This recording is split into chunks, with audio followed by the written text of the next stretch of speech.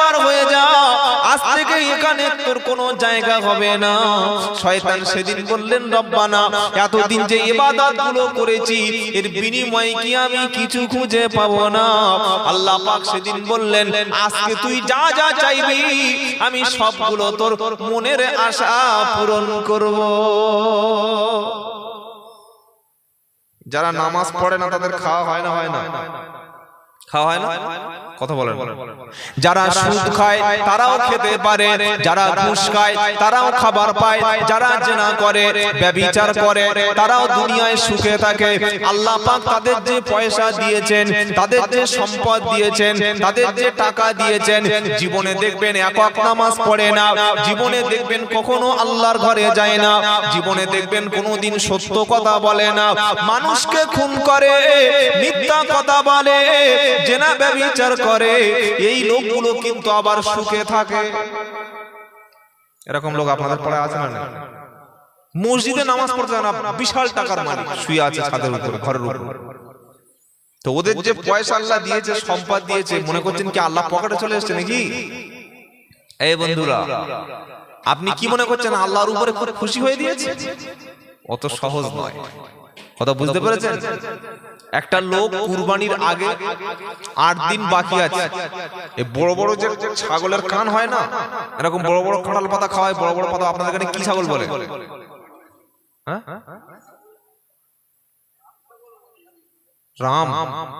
রাম ছাগল। ঈদের 1 সপ্তাহ আগে ছাগল কিনে এনেছে।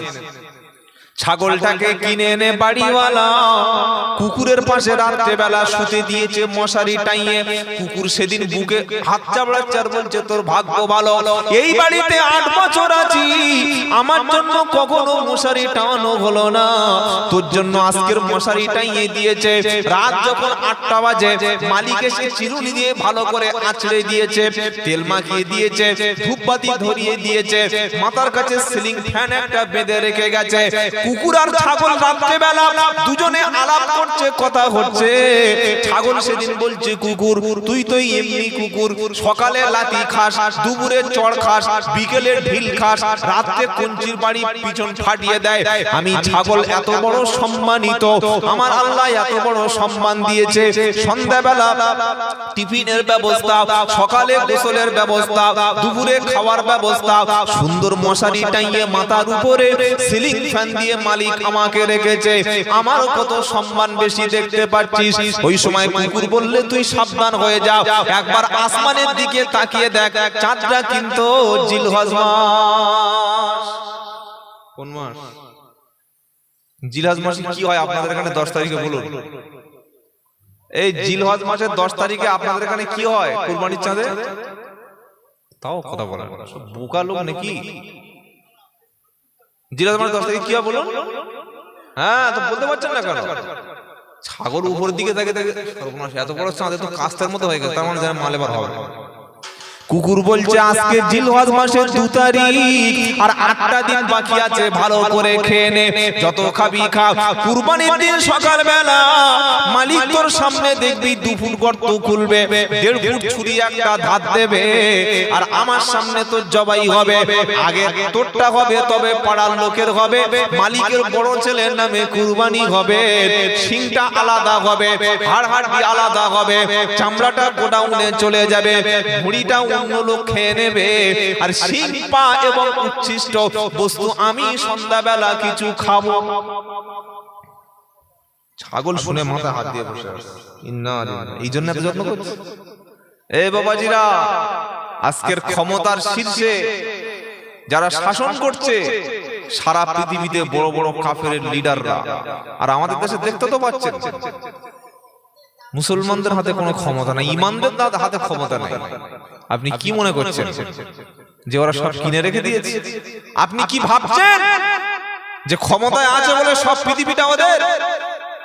এই সম্পর্কে আল্লাহ পাক শুনিয়ে দিচ্ছে, লা ইয়াগুররান্নাকা তাকাল্লুবুল্লাযীনা কাফারু ফিল বিলাদ মাতাউন কলিল সুম্মা মাআহুম জাহান্নাম ওয়া বিসাল মিহাদ। 4 নম্বর পারা 15 নম্বর পৃষ্ঠা 7 নম্বর লাইনের 185 নম্বর আয়াত, সূরার নাম সূরা আল ইমরান। আল্লাহ পাক শুনিয়ে দিয়েছে নবী, হে উম্মত মুহাম্মাদি তোমরা শুনে রাখো, গরীব মানুষ ছোট ঘরে বাস করো, হালাল পয়সা উপার্জন করো। তুমি মনে করছো বড় লোকের লোকেরা খুব সুখে আছে, যাদের দুতলা বাড়ি, যাদের ঘরের সামনে গাড়ি, যাদের বাড়িতে এলসিডি আছে, খুব সুখে আছে। আল্লাহ পাক বলছে না, ওদের সামান্য কয়েকদিনের জন্য ক্ষমতা দিয়েছি, ও ক্ষমতা সারা জীবন। মোদির ক্ষমতা আছে, আমেরিকার ক্ষমতা আছে, ইসরায়েলের ক্ষমতা আছে, তাম পৃথিবীর সব নেতাগুলি একটা পাল্লায় চাপালে যা ক্ষমতা, এর চাইতে ফেরাউনের ক্ষমতা বেশি ছিল না কম ছিল? এখন ফেরাউন কোথায়? জান্নাতুল ফেরদাউসে আছে, তাই তো? কোথায় আছে বলো? এত বড় ক্ষমতা দেখিয়ে, এত দাম্ভিকতা দেখিয়ে আল্লাহ পাক ফেরাউনকে দুনিয়ায় তিনি চুবানি খাইয়ে মারলেন। সেজন্য ঈমানদারদের ভয় পাওয়ার কারণ নাই। এই ঈমানদার মুসলমানেরা, তোমরা গরীব মানুষ হয়ে হালাল খাদ্য খাবে, সত্য কথা বলবে, 5 ওয়াক্ত নামাজ পড়বে, আল্লাহ তাআলা ধনী ব্যক্তিদের চাইতে তোমাদের 500 বছর আগে জান্নাত দিয়ে দেবে। আরো জোরে বলুন সুবহানাল্লাহ। আল্লাহ পাক নবীকে বলছেন, নবী ওইসব সম্পত্তির দেখে লোভ করো না। বিশাল টাকার মালিক আর ঘুড়ি কি এইরকম সাইজ, গাড়িতে উঠে এরকম বসে আছে না, লোক মনে করছে দেখছিস বিশাল, তো দুনিয়া সামান্য কদিন। নবীকে বলছেন, নবী ওদের দিকে তুমি দেখো না, তাকাইও না, ফিরবে না ওদের দিকে, যা পারে করুক, যা খাচ্ছে খাক, সুদের টাকা খাচ্ছে খাক, যা পারে করুক। ওয়ালা তামুদ্দান্না আইনাইকা ইলা মা মাত্তা'না বিহি আজওয়াজাম মিনহুম যাহরাতাল হায়াতিদ দুনিয়া ওয়া রিজকু রাব্বিকা খায়রুন ওয়া আবকা। সুবহানাল্লাহ। 16 নম্বর পারা 20 নম্বর পৃষ্ঠা 9 নম্বর লাইনের 132 নম্বর আয়াত, সূরার নাম সূরা তাহা। আল্লাহ পাক নবীকে বলছেন, নবী ওয়ালা তামুদ্দান্না আইনাইকা ইলা মা মাত্তা'না বিহি যাহরাতাম মিনহুম যাহরাতাল হায়াতিদ দুনিয়া। নবী যাদের পয়সা দিয়েছি, সম্পদ দিয়েছি, দুনিয়াটা বেহেশত করে রেখেছে, দুনিয়াটা তাদের সুখ শান্তিতে ভরে রেখেছে, দুনিয়ার সম্পত্তি দিয়েছি, তাদের দিকে নবী যেন তুমি তোমার চোখ ফেলো না, ওদের দিকে একবারও যেন তুমি তাকাবে না। এদের সবগুলো দুনিয়ার সম্পদ দিয়েছি, ওরা যেখানে যাবে সেখানে সম্মান পাবে, যেখানে যাবে সেখানে মানুষ ওদের ভালো বলবে। হে নবী, আমি আল্লাহ আপনাকে আখিরাতের রিজিক দিয়েছি এবং আখিরাতটা আপনার জন্য অনেক লম্বা করে দিয়েছি। বলুন না সুবহানাল্লাহ। নবীকে তো আল্লাহ দুনিয়ার সম্পদ দিতে চেয়েছিলেন, চান না? চেয়েছিলেন না, চান না? নবী নিয়েছিলেন। আল্লাহ নবী যখন কলেমাটা প্রচার করছিলেন, লা ইলাহা ইল্লাল্লাহু মুহাম্মাদুর রাসূলুল্লাহ সাল্লাল্লাহু আলাইহি ওয়াসাল্লাম, আবু জাহেল, আবু লাহাব, উতবা, শাইবা, মুগীরা সবাই নবীর কাছে আসলেন, এসে বলছেন, মুহাম্মদ যা করছো করো, কোনো মানুষের কাছে গিয়ে কলেমাটা বলো না। আজকের পৃথিবীতে সবচাইতে বড় শত্রু ঈমানদারদের। কাদের বলুন? শত্রু কাদের? ঈমানদারদের শত্রু, বেঈমানের কোনো শত্রু নাই। আপনার মুখে যদি দাড়ি না থাকে, আপনার মাথায় যদি টুপি না থাকে, আপনি মসজিদে যদি না যান, 5 ওয়াক্ত নামাজ যদি না পড়েন, আপনার বিবি যদি বেপরদার সঙ্গে চলে, আপনার বাড়িতে যদি গান বাজনা হয়, আপনি যদি মদ খেয়ে রাস্তায় পড়ে থাকেন, আপনি যদি সুদের টাকা উপার্জন করেন, আপনি যদি হারাম খেয়ে হারাম করতে তৈরি হন, পৃথিবীতে কোথাও গেলে আপনারও কোনো শত্রু থাকবে। শত্রু হবে তার যে ব্যক্তি এক আল্লাহকে চিনেছে, তার রাসূল করিম সাল্লাল্লাহু আলাইহি সাল্লামকে চিনেছে। এদের শত্রু যুগে যুগে করে দিয়েছে। আদম আলাইহিস সালাম থেকে শেষ নবী পর্যন্ত যত নবী এবং রাসূল ছিল, প্রত্যেকের জন্য শত্রু ছিল। ওয়া কাযালিকা জাআলনা লিকুল্লি নাবিয়্যিন আদুওয়াম মিনাল মুজরিমিন।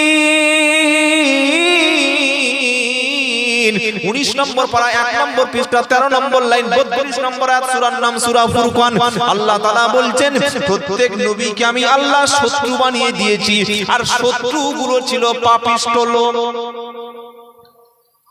নবীদের শত্রু কারা ছিল? নবী শত্রু কারা ছিল?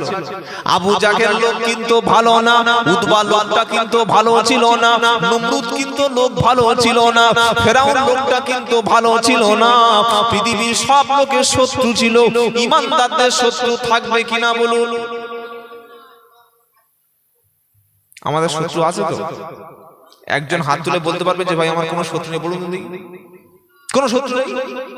থাকবে। সবচাইতে বড় শত্রু তো নবীর ছিল। কোথায় যাবে না? নবীর ঘরটা যে সেন্টারে মক্কা শরীফে যেখানে ছিলেন আল্লাহর নবী সাল্লাল্লাহু আলাইহি ওয়াসাল্লাম, একবার ছাকা ছাকা শত্রু বার হয়ে আবু সুফিয়ান, তার একটু পাশে গিয়ে আবু জাহেল, উদবা, সাইবা, মুগিরা, আবু লাহাব, একদম ছাকা ছাকা মার, যেখানে পা দেবে সেখানে শত্রু। তো নবী ওই শত্রুদের ভয় থেকে দাড়ি চেঁচে ফেলে দিয়েছিলেন, তাই তো নাকি? কথা বল। নবী ওই শত্রুদের ভয় থেকে নামাজ ছেড়ে দিয়েছিলেন নাকি? আর আমাদের রাস্তায় জয় শ্রীরাম বলতে বলেছে, তোমার ভয় থেকে দাড়ি চেঁচে বলে আর দাড়ি কেন বলে জয় শ্রীরাম বলতে বলছে? শালা জানোয়ার, যেটা বলতে বলছে সে জানোয়ারের, যে ভয় থেকে দাড়ি চেঁচে সেও জানোয়ার। এই বন্ধুরা, জান্নাত কি অত সহজে পাওয়া যায় না? কম শত্রুতা নবীর সঙ্গে করা হয়েছে। আবু জাহেল এসে বললেন, মুহাম্মদ সাল্লাল্লাহু আলাইহি সাল্লাম কত টাকা নেবেন বলুন, কোন কোন সম্পত্তি লাগবে আপনার বলুন, কোন সুন্দরী মেয়েটা আপনার বিয়ে দেওয়ার প্রয়োজন বলুন, যেটা চাইবে সেটা দিয়ে দেব, তবে কলেমাটা আপনার ছেড়ে দিতে হবে। নবী সবচাইতে সুন্দরী নিয়েছিলেন না নেন নাই? আর আমাদের যদি একটা সুন্দরী মেয়ে দিয়ে দেয়, যদি বলে তো খ্রিস্টান হয়ে যায়, এমনিতে হয়ে যায়। 5 কোটি টাকার একটা দামি মার্সিডিজ গাড়ি,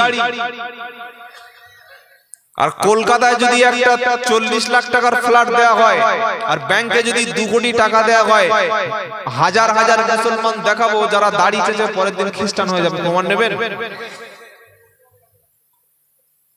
এর মধ্যে ঈমান আছে বলে কি বোঝা যাবে?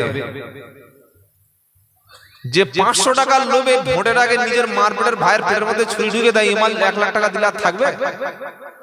এই বন্ধুরা, হ্যাঁ না বলুন না? পৃথিবীটা একবার ঘুরে দেখুন, কোথায় কি হচ্ছে একটু লক্ষ্য রাখুন। আল্লাহ নবী সাল্লাল্লাহু আলাইহি সাল্লামকে যখন টাকার অফার দেয়া হলো, নবীকে যখন সুন্দরী নারীর কথা বলা হলো, নবীকে রাজনৈতিক ক্ষমতা ছেড়ে দেবে বলা হলো, আমার নবী একমাত্র আল্লাহর দিকে ভরসা করতেন। নবী বললেন, আবু জাহেল খবরদার খবরদার এমন কথা বলো না। আকাশের চাঁদটা যদি বাম হাতে এনে দাও, সূর্য যদি ডান হাতে এনে দাও, আমি নবী মুহাম্মদ কখনো আল্লাহকে ছেড়ে দেব না। জোরে বলুন না সুবহানাল্লাহ।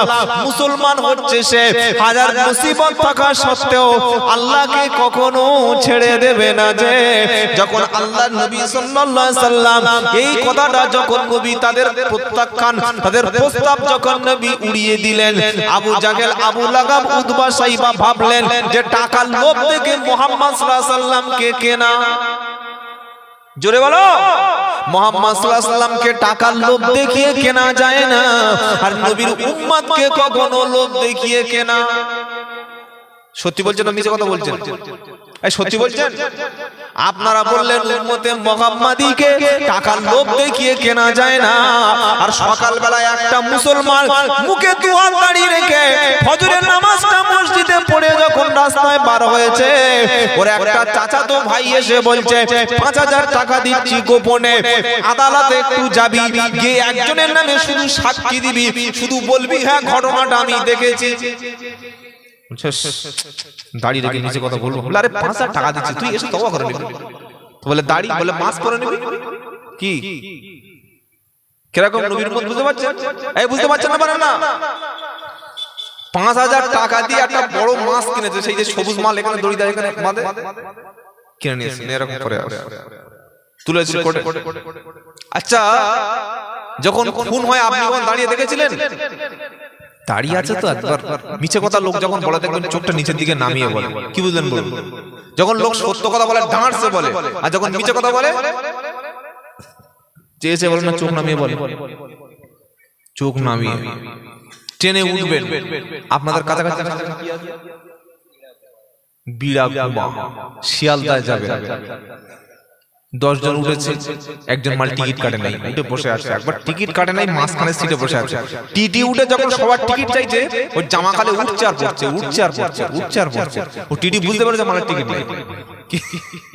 কি বুঝতে পারলেন? জামা উঠছে আর পড়ছে, জানে এবার আমার নেস। তো লোক যখন মিছে কথা বলে দেখবেন চোখ নিজের দিকে সামনের দিকে চাইতে পারে।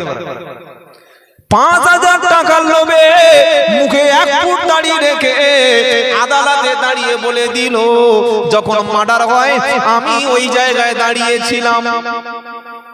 দাম আছে? এই দাম আছে? এ মুসলমান। নবীজি বললেন না যত সম্পদ দেয়া হোক না কেন, যত পয়সা দেয়া হোক না কেন, আমি নবী মুহাম্মদ সাল্লাল্লাহু আলাইহি সাল্লাম কখনো আল্লাহকে ছেড়ে দেব না। জোরে বলুন না সুবহানাল্লাহ। কারণ ঈমানদার ব্যক্তি ভয় করে কার? জোরে বলো। ইয়া আইয়ুহাল্লাযীনা আমানুত্তাকুল্লাহ হাক্কা তুকাতিহি ওয়া লা তামুতুন্না ইল্লা ওয়া আনতুম মুসলিমুন। 4 নম্বর পারা 2 নম্বর পৃষ্ঠা 3 নম্বর লাইনের 102 নম্বর আয়াত, সূরার নাম সূরা আল ইমরান। ইয়া আইয়ুহাল্লাযীনা আমানুত্তাকুল্লাহ হাক্কা তুকাতিহি ওয়া লা তামুতুন্না ইল্লা ওয়া আনতুম মুসলিমুন। হে বিশ্বাসী ঈমানদারেরা, ঈমানওয়ালা তোমরা শোনো, আল্লাহকে ভয় করো, যেমনটা ভয় করার দরকার তেমন করো। আর মুসলমান না হয়ে যেন কবরে, মুসলমান না হয়ে কবরে এসো না। আর মুসলমান না হয়ে কবরে আসলে হাজী সাহেবের ছেলে, ইমাম সাহেবের ছেলে, বক্তার ছেলে, হুজুরের ছেলে মুসলমান কবরে না হলে বাঁশ বাইরে কিন্তু পড়বে না। আর মুসলমান হয়ে কবরে গেলে ওর কোনো হিসাব কবরে হবে না। বলুন না সুবহানাল্লাহ। বাপ হাজি, ছেলে মনে করছে হাজির দোয়াই দিয়ে পার হয়ে যাবে। কবরে যদি বলে নামাজ রোজা হজ যাকাত দাড়ি টুপি, বললে কিচ্ছু নাই, বললে আমার বাপ হাজি, বললে শো। যখন বলবে হাজি, ফেরেশতারা বলবে দুটো বাঁশ চেয়ে রেডি আছে, একবার মাল চলে এসো। বুঝতে পেরেছেন বাবা? নামাজ রোজা হজ যাকাত কালেমা তাসবিহ তাহলিল, মানুষের সঙ্গে ভালো ব্যবহার। সবাই বলুন মানুষকে ঠকাবো না, কষ্ট দেব না, বলুন ইনশাআল্লাহ। মিথ্যা সাক্ষী আদালতে গিয়ে দেখুন না, মিথ্যা সাক্ষী মুসলমান দিচ্ছে শুধু 2000-3000 টাকার লোক। তো বেশি বললাম, 500 টাকার জন্য একটা মুসলমান বিক্রি হয়ে যাচ্ছে। এই বাবাজিরা, আপনি সেই নবীর উম্মত যে নবী আপনাকে বাঁচানোর জন্য জাহান্নামের আগুন থেকে আল্লাহর নবী সাল্লাল্লাহু আলাইহি সাল্লাম সেদিন বললেন, তোদের টাকা, তোদের পয়সা, নারী কিচ্ছু লাগবে না, আমি একমাত্র আল্লাহকে চাই, আল্লাহকে ভয় করি। জোরে বলুন। আল্লাহকে যারা ভয় করবে, কোরআন শুনিয়ে দিচ্ছে, ইয়া আইয়ুহাল্লাযীনা আমানুত্তাকুল্লাহা ওয়াবতাগু ইলাইহিল ওয়াসিলাতা ওয়াজাহিদু ফি সাবিলিহি লাআল্লাকুম তুফলিহুন। 6 নম্বর পারা 12 নম্বর পৃষ্ঠা 12 নম্বর লাইনের 35 নম্বর আয়াত, সূরার নাম সূরা মাইদা। হে বিশ্বাসী ঈমানদারেরা, আল্লাহকে দেখে ভয় করো। আর আল্লাহর কাছে আসার জন্য তোমরা ওসিলা তালাশ করো, আল্লাহর পথে সংগ্রাম করো। আশা করা যায় আল্লাহ তোমাদের সফল করে দেবে। জোরে বলুন সুবহানাল্লাহ। আল্লাহকে সর্বদা ভয় করব, বলুন ইনশাআল্লাহ। বলুন না ইনশাআল্লাহ। মসজিদে আল্লাহকে যেমন ভয় করি, বাইরে তেমন ভয় করতে হবে। মসজিদে কোনো মানুষ দেখবেন মিছে কথা বলে না, মসজিদে কোনো মানুষ দেখবেন মদ খায় না, মসজিদে কোনো মানুষ জেনা করে না, মসজিদে কোনো মানুষ সুদ খায় না, মসজিদে কোনো মানুষ বিড়ি খায় না, মসজিদে কোনো মানুষ দেখবেন খুন করে না। ঈমানদার হলো তারা মসজিদে যেমন থাকবে, আর মসজিদ থেকে বার হলে তেমন থাকবে যারা ঈমানদার হলো আমরা কিরকম মসজিদে একরকম বাইরে একরকম। মসজিদের সামনে দেখবেন হাতে তসবি নিয়ে বসে আছে না, একবার যেন ডবল হাজি। আর মসজিদ থেকে বার হয়ে তসবিটা পকেটে ঢুকিয়ে চার দোকানে বসে আছে মাল কাছে। এই কি হলো চাচা? ঠিক আছে, পুরো পুরো পাল্টে গেছে। টুপি বললে টুপি লাগে না, আমার টুপি লাগে না। মসজিদে বলে টুপি আর মসজিদ থেকে বার হয় টুপি নাই। এই মুসলমান, ভিতরে বাইরে এক হতে হবে, দু নম্বর চলবে না। কথা বুঝতে পেরেছেন? আর সবাই বলুন আজ থেকে সত্যবাদীর সঙ্গে থাকবো, আল্লাহওয়ালার সঙ্গে থাকবো, মিথ্যাবাদীর সঙ্গে থাকবো না। বলুন না ইনশাআল্লাহ। নবীকে বলা হলো, নবী বললেন দরকার নেই। যখন আবু জাহেল দেখলেন যে হবে না, ওরা সবাই মিলে একটা মিটিং ডাকলেন। আজ বিশ্বের মুসলমানদেরকে মারার জন্য, প্ল্যান করার জন্য বড় বড় দেশে মিটিং ডাকা হচ্ছে না, হয় না? আপনি হয়তো জানেন, আপনি তো ঘুমিয়ে আছেন, ঘুমিয়ে আছেন। মুসলমান এখনো ঘুমাচ্ছে। যার মসজিদে 4-5টা হরেন লাগিয়ে আজান হলে যে শুনতে পায় না, এখনো পর্যন্ত লেপের মধ্যে কম্বলের মধ্যে ঘুমায় আজান শোনার পরে, এই জাতির কানের কাছে কি জোরে জোরে চিল্লে চিল্লে বক্তা, মৌলানা, হুজুররা, পীর সাহেবরা বললে এই জাতির ঘুম ভাঙবে? কথা বলে। যার কানের কাছে বড় বড় হরেন লাগিয়ে এই যে জলসাটা হচ্ছে, আপনাদের পাড়ায় এই লোক না আর লোক আছে? কি ইমাম সাহেব লোক আছে তো? এটা মুসলিম পাড়া না খ্রিস্টান পাড়া না জৈন পাড়া নাকি মুদ্দ পাড়া? তো এইরকম একটা সুন্দর জলসা হচ্ছে, ছেলেরা এত সুন্দর অনুষ্ঠান করেছে, এই মাইকের আওয়াজ শোনার পরে যদি এই জায়গায় বসার সৌভাগ্য না হয়, ইমাল কি আজান শুনলে মসজিদে যাবে? আর এর মরণের পরে কি জানাজার নামাজ পড়লে আল্লাহ এমনি খুশি হয়ে পার করে দেবে? কি ভাবছেন? এই জাতিটা এতটা কান খারাপ হয়ে গেছে, যত জোরে মাইক মাল শুনতে পাবে। মানে আরো দরকার আছে, আরো মারের দরকার আছে। আল্লাহ আমাদেরকে হেফাজত করুন, বলুন আমিন। খেতে খেতে খেতে খেতে মার খেতে খেতে দেয়ালে পিঠ ঠেকে গেছে, দেয়ালে পিঠ ঠেকে গেছে। বলছে হুজুর এবার দোয়া করো, এবার হুজুর দোয়া করো, আমরা বাঁচতে যাবো। এই বাবাজিরা, সোনালালেরা, জ্ঞানীজনেরা, শুধু মানুষেরা, আল্লাহর নবী সেদিন বললেন আমি তোমাদের প্রস্তাব নেব না। নবী যখন না বলে দিলেন, আবু জাহেল, আবু লাহাব, 8 জন বড় বড় কাফের মিলে তারা মিটিং ডাকলেন। দারুন নাদওয়াতে নবীর জন্য মিটিং ডাকলেন যে মুহাম্মদকে হত্যা করব। বলুন নাউজুবিল্লাহ। কাকে হত্যা করবে? কাকে হত্যা করবে বলো? আপনার কি জানা নাই 2002 সালে গুজরাটে যখন ইমানদার মুসলমানদেরকে হত্যা করা হয়, তার আগে মিটিং ডাকা হয়েছিল। মায়ানমারে যখন মুসলমানদেরকে গণহত্যা চালানো হয়, সেই সময় সেখানকার সেনাবাহিনীরা মিটিং ডেকেছিল। দিল্লিতে যখন দাঙ্গা হয়, সেই সময় মিটিং ডাকা হয়েছিল।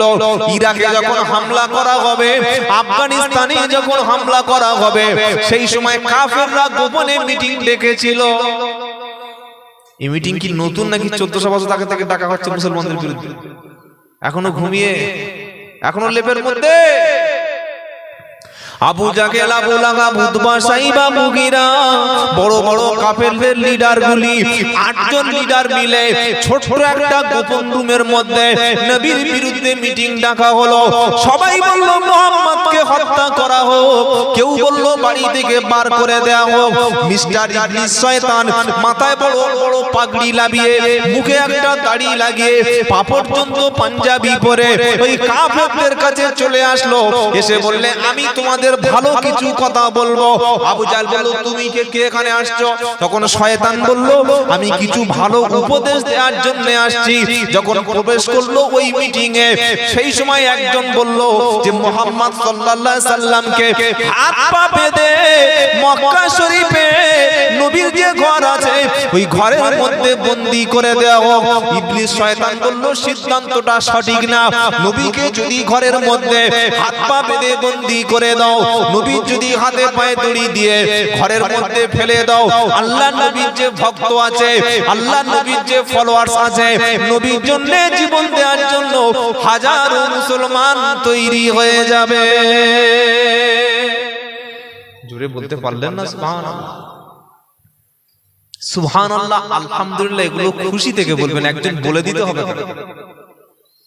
স্বামী যে স্ত্রীকে ভালোবাসে, ওটা পাশ থেকে কাউকে বলে দিতে আছে তোর স্ত্রী ভালোবাসা, বলে দিতে হয়? বলতে হয় না। সুবহানাল্লাহ বলার সময় যতক্ষণ না হুজুর জোরে বল, জোরে বল, তবে বলছে জোরে। কিসের ভালোবাসা? নিজের থেকে প্রাণ খুলে বলবেন, জোরে বলুন না সুবহানাল্লাহ।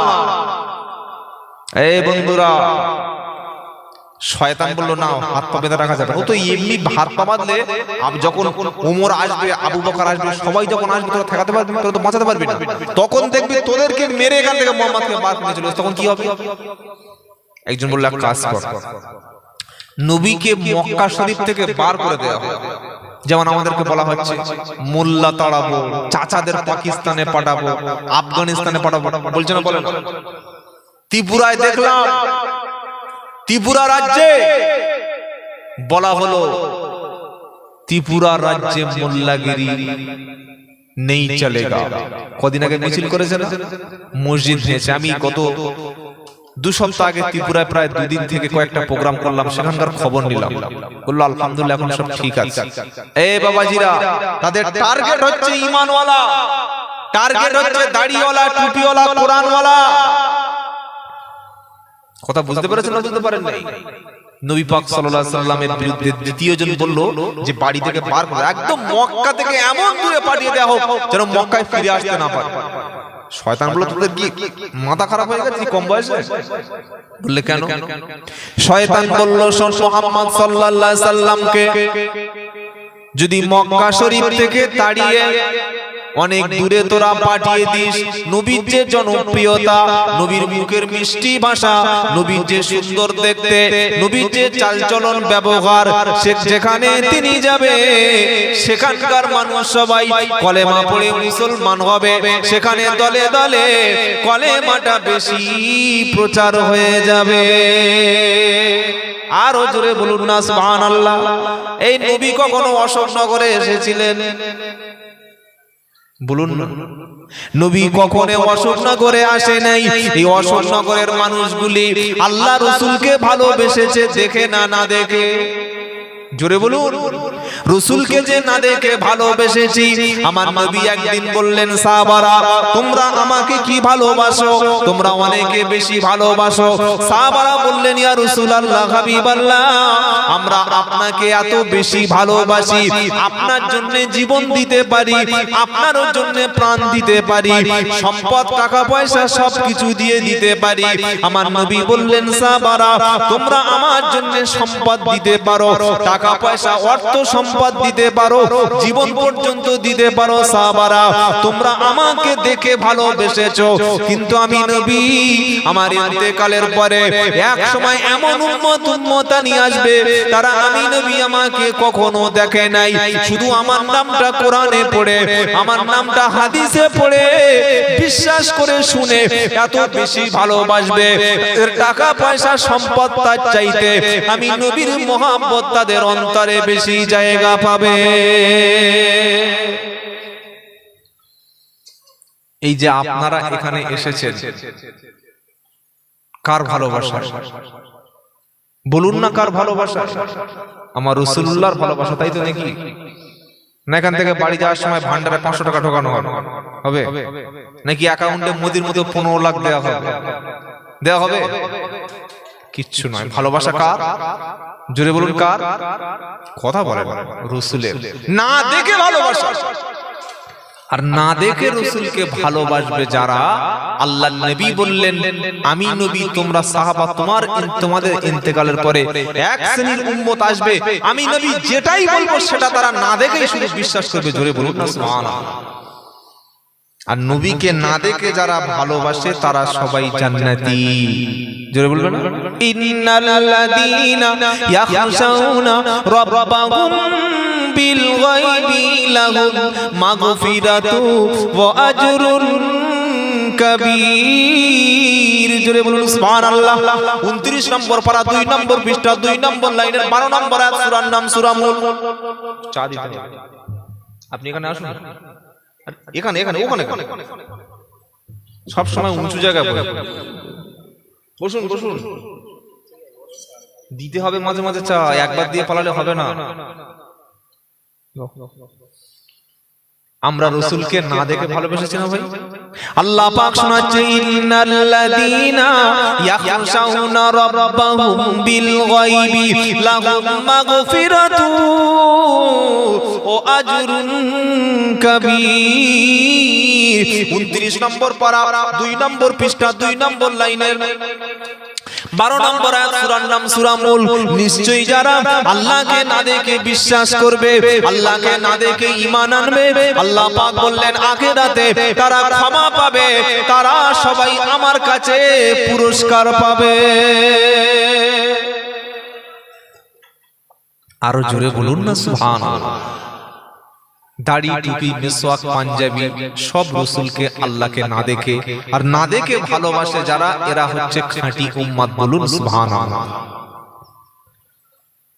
হে রাসূল তোমার ভালোবাসি,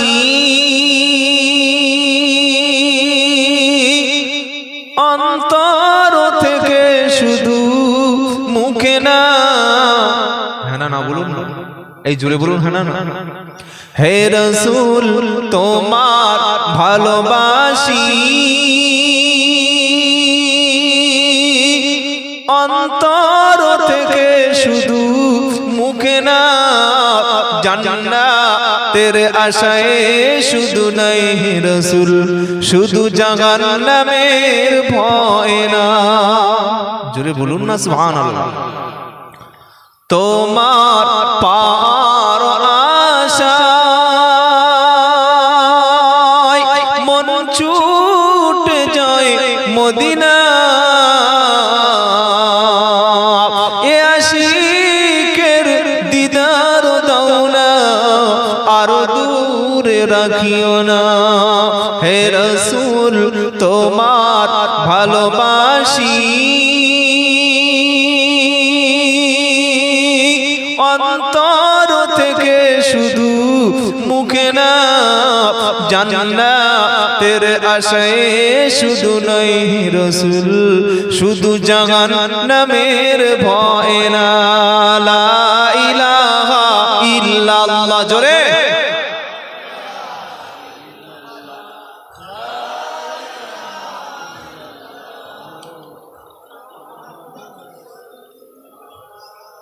সাল্লাল্লাহু আলাইহি ওয়াসাল্লাম। এই বাবাজিরা, মারার প্ল্যান হলো, রাসূলকে বাইরে পাঠানো হলো। ওই সময় নিকৃষ্ট শয়তান আবু জাহেল বললে, শোনো রাসূলকে বাইরে পাঠানো যাবে না আর এখানে বেঁধে রাখা যাবে না, বরং একটা কাজ আছে। বললে কি কাজ? আবু জাহেল বলল, ভাইরা 100 ছেলের হাতে 100 তরবারি ধরিয়ে দাও। 100 ছেলের হাতে 100 তরবারি দেবে। ওই ছেলেগুলি সারা রাত মুহাম্মাদের বাড়ি পাহারা দেবে। আল্লাহ নবী যদি রাত্রে বেলা দরজা থেকে বার হয়, নবী যদি পালাবার চেষ্টা করে, সবাই নবীর উপরে ঝাঁপিয়ে পড়বে। 100 ছেলে সবাই যখন নবীর উপরে এইভাবে আক্রমণ করবে, কারোর বদনাম হবে না, নবী পৃথিবী থেকে চলে যাবে, আর কোনো সমস্যা হবে না। ইবলিস শয়তান বলল, এটাই সবচাইতে সঠিক সিদ্ধান্ত। বিল পাস হয়ে গেল। সেই রাত্রে বেলা আল্লাহ তাআলা আল্লাহ নবীর কাছে জিবরাইল দিয়ে জানিয়ে দিলেন। আচ্ছা, ওই যে তরবারি নবীর বিরুদ্ধে 100 ব্যবহার হয়েছিল, এই তরবারির সংখ্যা বেড়েছে না কমেছে? বেড়েছে না কমেছে? আজ মুসলমান দাড়ি নিয়ে রাস্তায় বার হতে পারে না, মুসলমান টুপি নিয়ে বার হতে পারে না, মুসলমান কোরআন নিয়ে রাস্তায় চলতে পারে না, আজ মুসলমান সালাম দিয়ে রাস্তায় চলতে পারে না। যেখানে দেখে মুসলমানদের অপমান, এটা মনে করবেন না আপনার জন্য কষ্ট। আল্লাহর পথে যদি কেউ জীবন দেয়, আল্লাহর পথে যদি কেউ প্রাণ দেয়, ওই ব্যক্তি মরে না, বরং আল্লাহর জান্নাতে চলে যায়। ওয়ালা তাকুলু লিমান ইকতালু ফি সাবিলিল্লাহি আমওয়াত বাল আহইয়াউ ওয়ালাকিন লা তাশউরুন। জোরে বলুন সুবহানাল্লাহ। 2 নম্বর পারা 2 নম্বর পৃষ্ঠা 2 নম্বর সূরা 12 নম্বর লাইনের 152 নম্বর আয়াত, সূরার নাম সূরা বাকারা। আল্লাহ পাক বলছে আল্লাহ রাস্তায় যদি কেউ জীবন দেয়, আল্লাহ রাস্তায় যদি কেউ মারা যায়, আল্লাহ রাস্তায় যদি কেউ শহীদ হয়, ওদেরকে তোমরা মৃত বলো না, ওদেরকে তোমরা মরা বলো না। আকলাককে মারা হলো 2014 সালে, জুনায়েদকে মারা হলো কোরআনের হাফেজকে ট্রেনের মধ্যে, এই রকম আফরাজুলকে মারা হলো, শত শত মুসলমানকে পিটিয়ে পিটিয়ে মারা হচ্ছে, ওদেরকে মরা বলো না। ওরা ইসলামের জন্য, ঈমানের জন্য শুধুমাত্র রাসূলকে ভালোবেসেছিল, শুধুমাত্র ঈমানদার মুসলমান এই নাম থাকার কারণে ওদেরকে হত্যা করা হলো। আল্লাহ পাক বললেন ওদেরকে তোমরা মৃত বলো না, ওরা মারা যাওয়ার পরে ওরা হলো জিন্দা। আমরা তো মরলে 5 দিন পরে লাশ পচে গলে নাকে বলে কি হয়েছে, বলে এটা লাশের ভাগাড়। কোন মানুষ যদি দুর্ঘটনায় মারা যায় তার পোস্টমর্টেম ময়না তদন্ত করতে হয়, ওটা কোথায় করে বলুন তো? জানেন না? মুমিনপুরে, কলকাতার মুমিনপুর। জানেন না? জানেন না? পোস্টমর্টেম করে জানেন না? একজন বিষ খেয়ে মরলো, গলায় দড়ি দিয়ে মরলো, কি করতে হয়? পোস্টমর্টেম করে, ময়না তদন্ত। তো আল্লাহর নবী সাল্লাল্লাহু আলাইহি সাল্লাম বলছেন যে এই যে লাশটা মরে গেল, পচে দুর্গন্ধ বার হচ্ছে না একদম, ময়না তদন্তের অফিসে একবার মুমিনপুরে যদি কারো লাশ আনার অভিজ্ঞতা থাকে জিজ্ঞাসা করে দেখুন, ওখানে মুখে 3-4টে মাছ মোটা কাপড় দিয়ে এমনি সাধারণ মানুষ ঢুকলে 1 সপ্তাহ হাত খেতে পারবে। কিন্তু আল্লাহর নবী বললেন যদি কোনো মানুষ আল্লাহ রাস্তায় আল্লাহর সন্তুষ্টির জন্য জীবন দেয়, ওই ব্যক্তি মরণের পরে আল্লাহর লাশ কখনো পোকার খেতে দেবে না, পচবে না। জোরে বলুন না সুবহানাল্লাহ। এই বন্ধুরা, সেই তরবারির সংখ্যা আজ বেড়ে গেছে। সেদিন কাফেররা ছিল মাত্র 8 জন, সেটা আজকের পৃথিবীতে হাজার হাজার কোটি কোটি হয়ে গেছে। আর আমরা ঈমানদার কি কম আছি? আমরা তাম বিশ্বে ঈমানদার কলেমা পড়া মুসলমান ভাই 200 কোটি, বলুন সুবহানাল্লাহ। হোক হানাফি, হোক শাফি, হাম্বলি, লামজাহাবি, তাবলীগ, ফুরফুরা, আজানগাজি, কাদরিয়া, চিশতিয়া, যাই হোক, যে কলেমা পড়েছে সে আমার ভাই। জোরে বলুন না সুবহানাল্লাহ। এই বাবাজিরা, বিল পাস হয়ে গেল, নবীকে আজকে রাতে মারা হবে, 100 ছেলের হাতে তরবারি তুলে দেওয়া হবে। আল্লাহ যদি কোনো মানুষকে বাঁচাবে বলে, পৃথিবীর কোনো মানুষ মারতে পারবে? এই পারবে? এই বিশ্বাস আছে আপনাদের? আলহামদুলিল্লাহ। নবীজি ঘুমিয়ে আছেন রাত্রেবেলা, জানেন না কি হবে। জিবরাইল এসে নবীকে বললেন আসসালামু আলাইকুম ইয়া রাসূলুল্লাহ, আসসালামু আলাইকুম ইয়া হাবিবাল্লাহ। হুজুর আপনি এখনো ঘুমিয়ে আছেন, আপনি কি জানেন না? জানেন না আপনার বিরুদ্ধে 100 যুবক দাঁড়িয়ে আছে, হাতে তরবারি নিয়ে আপনাকে মেরে দেবে। আল্লাহর নবী ঘুম থেকে উঠে সর্বপ্রথম বললেন আল্লাহ এই বিপদ থেকে বাঁচার জন্য কি করতে হবে?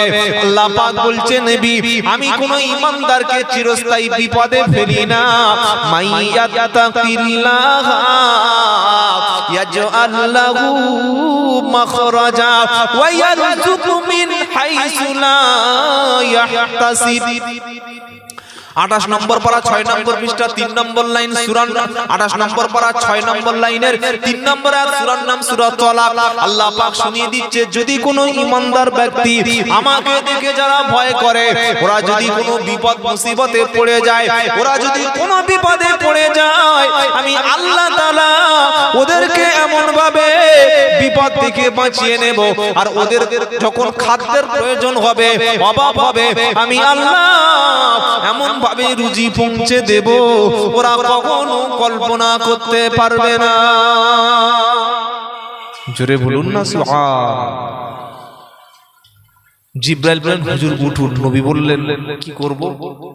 আল্লাহর রাসূলকে জিবরাইল শিখিয়ে দিচ্ছেন ইয়া রাসূলুল্লাহ এক মুঠো বালি তুলে নিন। এক মুঠো কি? সে সময় তো আর নবীর হাতে রাইফেল ছিল না, AK-47 ছিল না, আর আবু বকর সিদ্দিকের হাতে কোনো কামান ছিল না, কোনো মোবাইল ছিল না। এখন হলে কি করতাম? এই হ্যালো, আরে আমার মাথায় এসছে লোকপাটা ক্লাব থেকে লোকপাটা পাঠিয়ে আমি বল বল, হয় না বলুন, আরে হ্যাঁ না বলুন। পাড়ার সবচাইতে দাগি আসামির নাম হচ্ছে বাবলু। আপনাদের মধ্যে কেউ বাবলু থাকলে ভাববেন না যে তার হচ্ছে, এমনি একটা উদাহরণ দিচ্ছি। কি নাম বললাম বলুন? বাবলু। এখানে বাবলু কেউ নেই তো? আছে নাকি? আছে, থাক, তার হোক। কি তো বাবলু উনি একটা বিশাল দলের নেতা, কোন দলের নাম বলছেন, এমনি একটা দলের নেতা, নির্দলের নেতা। হঠাৎ করে ওর বাড়ির সামনে রাত 12টার সময় এক গাড়ি পুলিশ চলে এসে দরজায়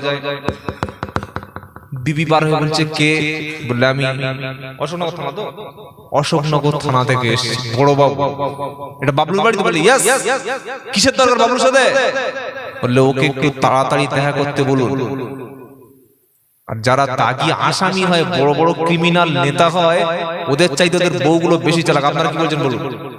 আরে হ্যাঁ না বলুন না, চালাকি শিখে রেখেছে বউকে, জানো তো এরকম চালাকি করে খাবো। বিবি স্বামীকে বলছে, দেখো মাল চলে এসছে, তাহলে রেডি হও। বলছে দাঁড়া বাথরুমে যাই। অফিসারকে বলো বাথরুমে গেছে, দেরি করতে বলো। বাবলু বাথরুমে গিয়ে এমএলএ এর কাছে বলল, স্যার। বলে কি? বললে আমার বাড়ির সামনে রাত 12টার সময় পুলিশ। কি ব্যাপার? বলে কে বললো? বলেই তো দেখুন লালবাতি গাড়ি, বড় বড় অশোকনগর দাঁড়িয়ে আছে। তো বলছে দাঁড়া ফোন করি। এমএলএ সাহেব এলাকার বড় নেতা, পাওয়ারফুল নেতা, ফোন করছে থানায়। হ্যালো, কে? ও দত্তবাবু। আচ্ছা আচ্ছা, কোথায় আছেন স্যার? এই তো বাবলুর বাড়ি। ওখানে কি করতে গেছেন?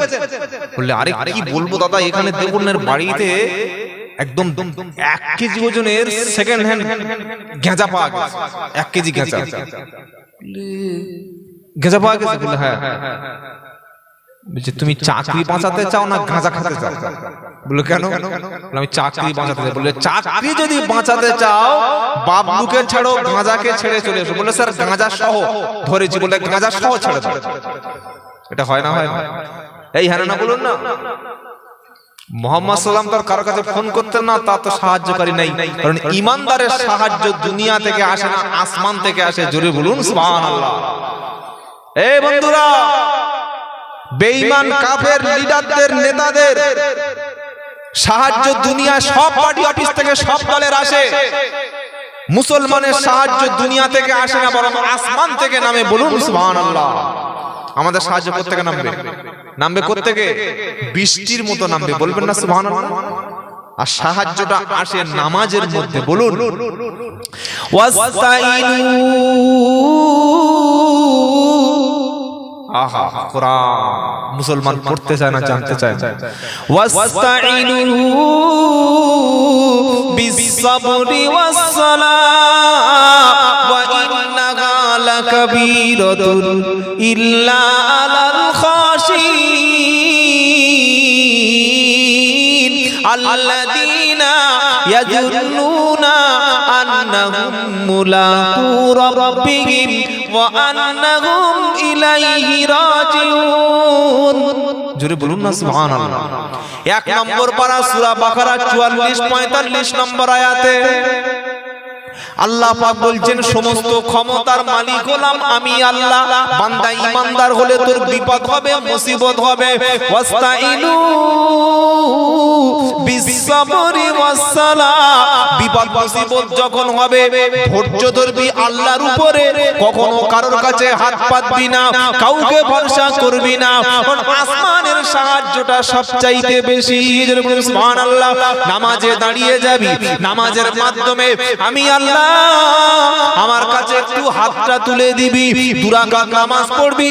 যখন কোনো সমস্যা হবে, ধৈর্য সহকারে নামাজের মাধ্যমে সাহায্য চেয়ে নিবি।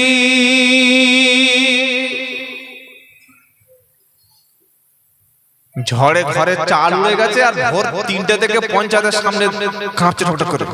কি হলো রে এত রাতে? ত্রিপল পোকা। যেদিন আপনি বিপদে পড়বেন, আপনার প্রথমে যাওয়ার দরকার মসজিদে, আপনার প্রথমে দাঁড়ানোর দরকার নামাজের পাটিতে। আপনার হাতে সেই সময় কোরআন থাকবে, আপনার হাতে সেই সময় তাসবিহ থাকবে। তাহাজ্জুদের নামাজে 2 রাকাত নামাজ পড়ে আল্লাহর কাছে হাত দুখানা তুলে যদি বলেন, আল্লাহ আমি বান্দা দুনিয়ায় বিপদে পড়ে গেছি, আমার কোনো দল নাই, আমার কোনো নেতা নাই, আমি মুহাম্মদ সাল্লাল্লাহু আলাইহি ওয়াসাল্লামকে নেতা বলে মেনেছি, আপনাকে অভিভাবক হিসাবে মেনেছি। আল্লাহ পাক বলছে বান্দা তুমি যখন বিপদ মুসিবতে পড়বে তুমি জমিনে বসে দুটি হাত যখন আমার কাছে তুলে দেবে আমি আল্লাহ কিন্তু কখনো ঘুমিয়ে আল্লাহ ঘুমায় তো এই আল্লাহ ঘুমায় বলুন নাউজুবিল্লাহ। মমতা ব্যানার্জি ঘুমায় না রাহুল গান্ধী ঘুমায় মোদি চাচা ঘুমায় নাকি জেগে থাকে ঘুমায় না? রাত যখন 12টা বাজবে মমতা সাহায্য করতে পারবে না, মোদি সাহায্য করতে পারবে না, কংগ্রেস সাহায্য করতে পারবে না, সিপিএম সাহায্য করতে পারবে না। আর আল্লাহ পাক বলে বান্দা আমার রাত 12টা 1টা 2টো 3টে নাই লা তাকুতুহু সিনাতু ওয়ালা নাউম। বলুন সুবহানাল্লাহ। কোরআন পড়লে চোখ থেকে পানি আসবে জানেন না তো?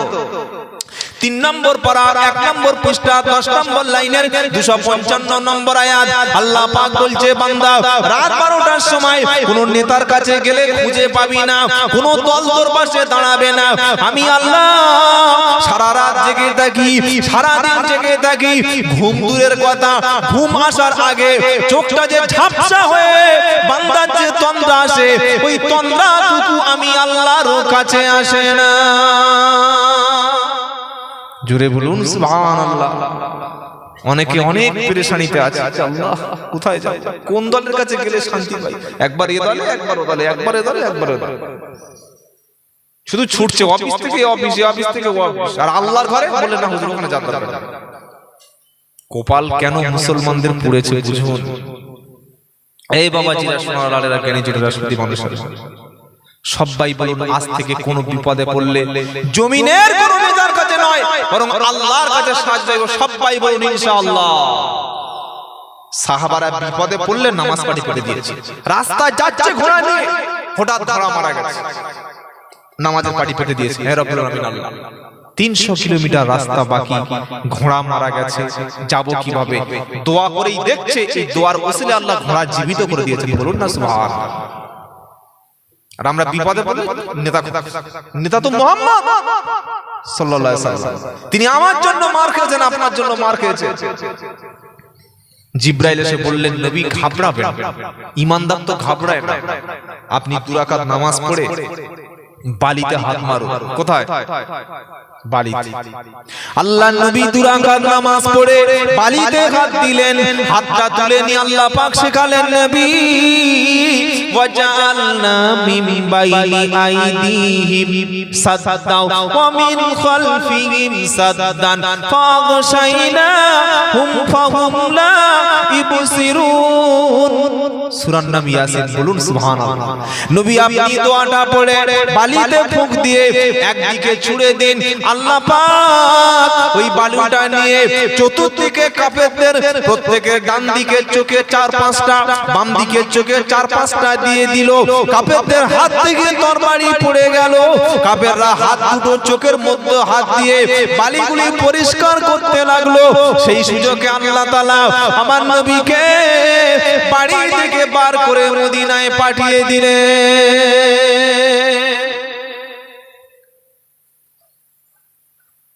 নবী তো মক্কা থেকে মদিনায় পাড়িয়ে চলে গিয়েছিলেন, কিন্তু আমরা কি আমাদের দেশ ছেড়ে পালাবো নাকি?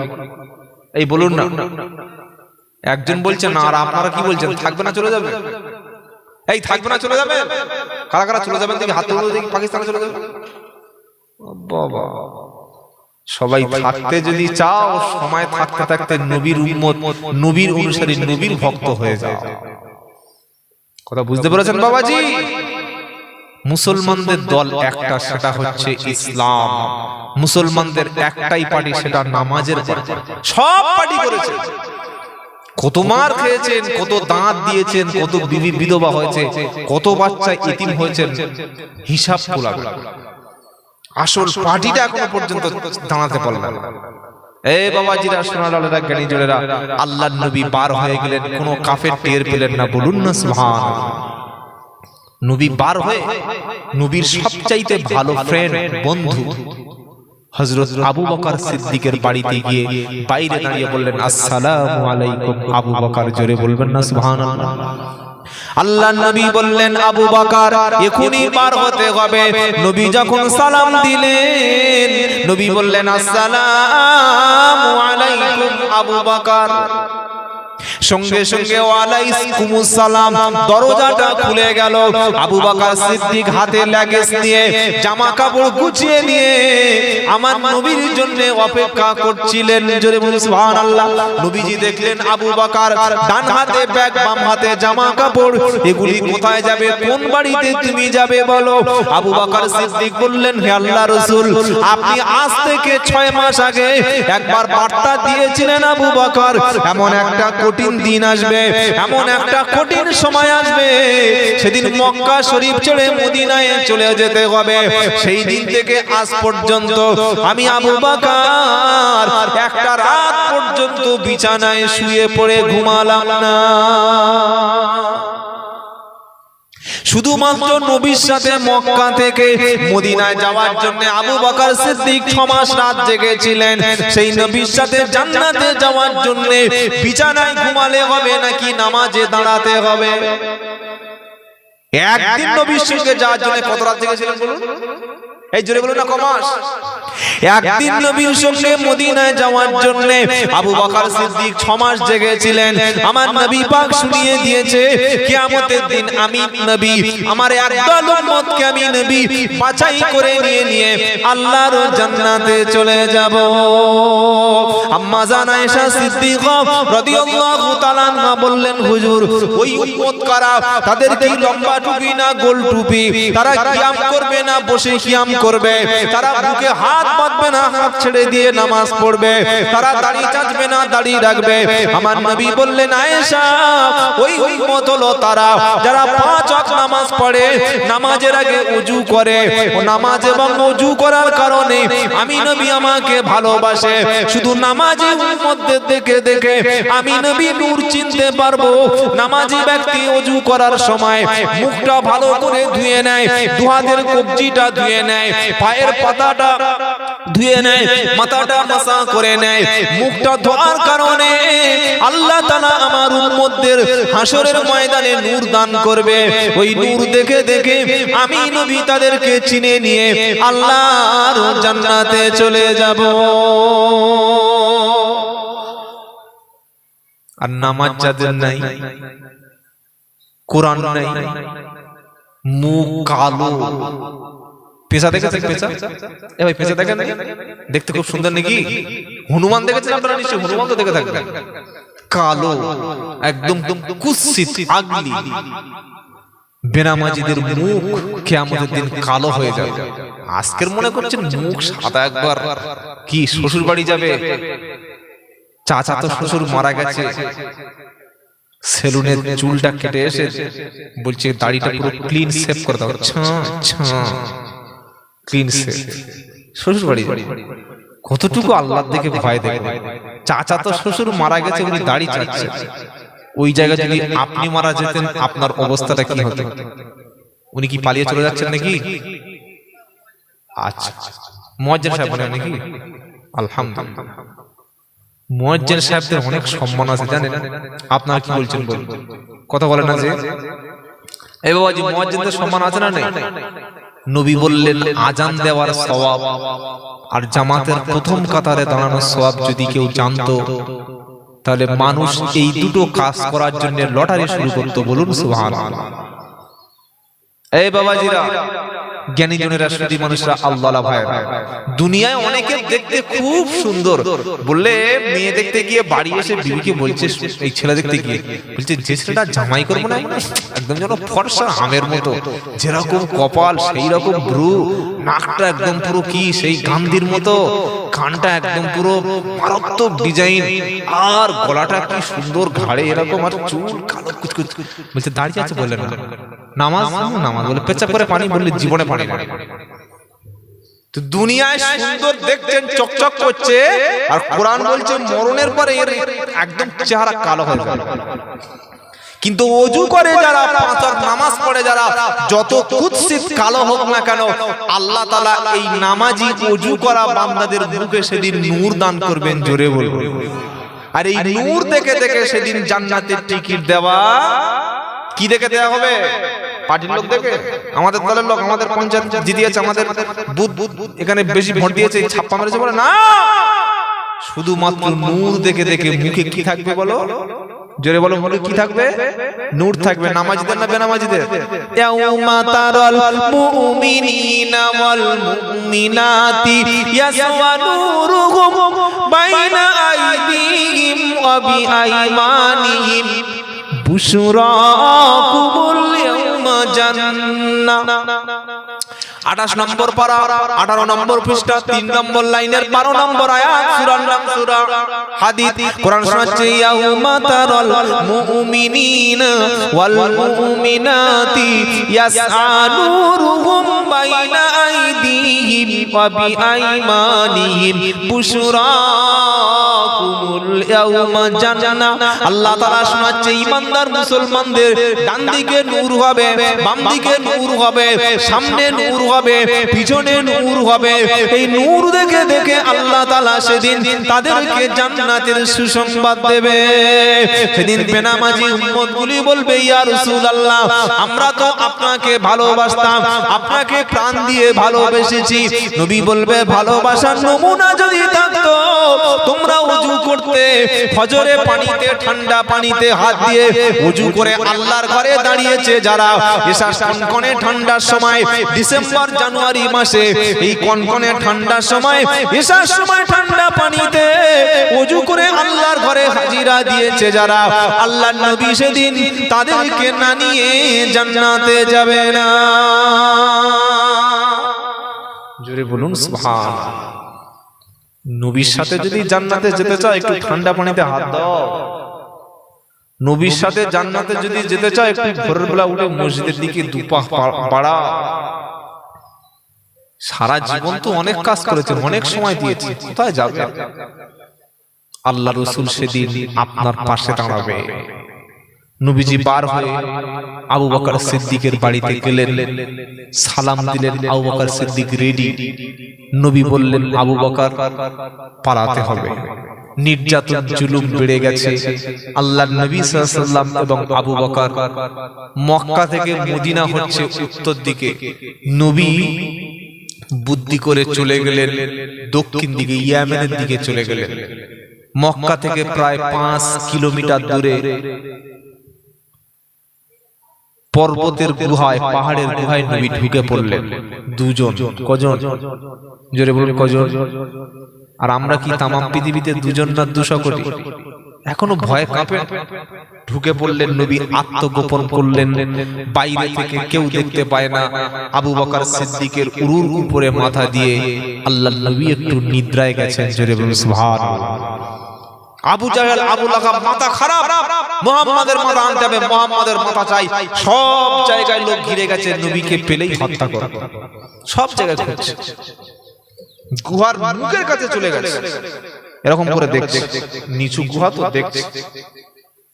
আল্লাহর নবী সাল্লাল্লাহু আলাইহি ওয়াসাল্লাম ঘুমিয়ে আছেন। আবু বকর সিদ্দিক দেখছে উপরে দুটো লোক। নবীর এই অবস্থায়, আবু বকর সিদ্দিকের অবস্থায়, আবু বকর সিদ্দিক টপ টপ টপ টপ করে চোখের পানিগুলো জমিনে পড়ে গেছে। আর ওই 2 ফোঁটা পানি আল্লাহর নবীর চেহারা মোবারকে পড়ে গেছে। আল্লাহর নবী ঘুম থেকে উঠে বললেন, আবু বকর, কয়েকদিন বাড়ি থেকে ছেড়ে চলে এসেছি, তোমার কি বিবি, বাচ্চা, সন্তানের কথা মনে পড়েছে? ওই সময় আবু বকর সিদ্দিক বললেন, ইয়া রাসূলুল্লাহ, আপনি কি বলছেন? বিবির জন্য কি কাঁদছি, বাচ্চার জন্য কি কাঁদছি? যেদিন আপনার হাতে হাত দিয়ে বায়াত হয়েছি, কলেমা পড়ে মুসলমান হয়েছি, বিবির মহব্বত সেদিন ত্যাগ করেছি, বাচ্চার মহব্বত সেদিন ত্যাগ করেছি। জীবনের চাইতে বেশি আমি আপনাকে বেশি ভালোবাসি। আরো জোরে বলুন সুবহানাল্লাহ। আল্লাহর নবী বললেন, আবু বকর, কেন তুমি কাঁদছো বলো, কি কি হারিয়েছো বলো। আবু বকর সিদ্দিক বললেন, ইয়া রাসূলুল্লাহ, আপনি যখন ঘুমিয়েছিলেন উরুর উপরে মাথা দিয়ে পায়ে আমার বিষাক্ত পোকা কামড়ে দিয়েছে, সেই যন্ত্রণায় ছটফট করে কাঁদছি। আমার নবী মুখের লালা মোবারক বার করে ক্ষতস্থানে দিয়ে দিলেন। নবীর মুখের লালার বরকতে আল্লাহ তাআলা আবু বকর সিদ্দিককে সঙ্গে সঙ্গে তিনি সুস্থ করে দিলেন। জোরে বলুন সুবহানাল্লাহ। এই বন্ধুরা, যুবক বন্ধুরা, আবু বকর সিদ্দিক উঠে বসলেন, বললেন, ইয়া রাসূলুল্লাহ, চেয়ে দেখুন মাথার উপরে কাফেররা। আমার নবী বললেন, আবু বকর, তুমি কি ভয় পাচ্ছ? আবু বকর সিদ্দিক বললেন, ভয় পাচ্ছি না, কিন্তু ওরা যদি একবার আপনাকে দেখতে পায়, একবার যদি গুহার মধ্যে প্রবেশ করে, দুজনকে এখানেই শেষ করবে, আর মনে হয় ইসলাম মদিনায় পৌঁছাতে দেবে না। আমার নবী পাক সাল্লাল্লাহু আলাইহি সাল্লাম সেদিন বললেন, আবু বকর, ভয় পেও না, হতাশ হয়ো না, চিন্তা তুমি করো না। তুমি ভাবছো যে এই গুহার মধ্যে দুজন আছি, তুমি ভেবেছো আমরা মাইনরিটি, তুমি ভেবেছো আমরা সংখ্যালঘু। না না না, আমাদের সাথে তৃতীয় যিনি আছেন তার নাম হলেন আল্লাহ।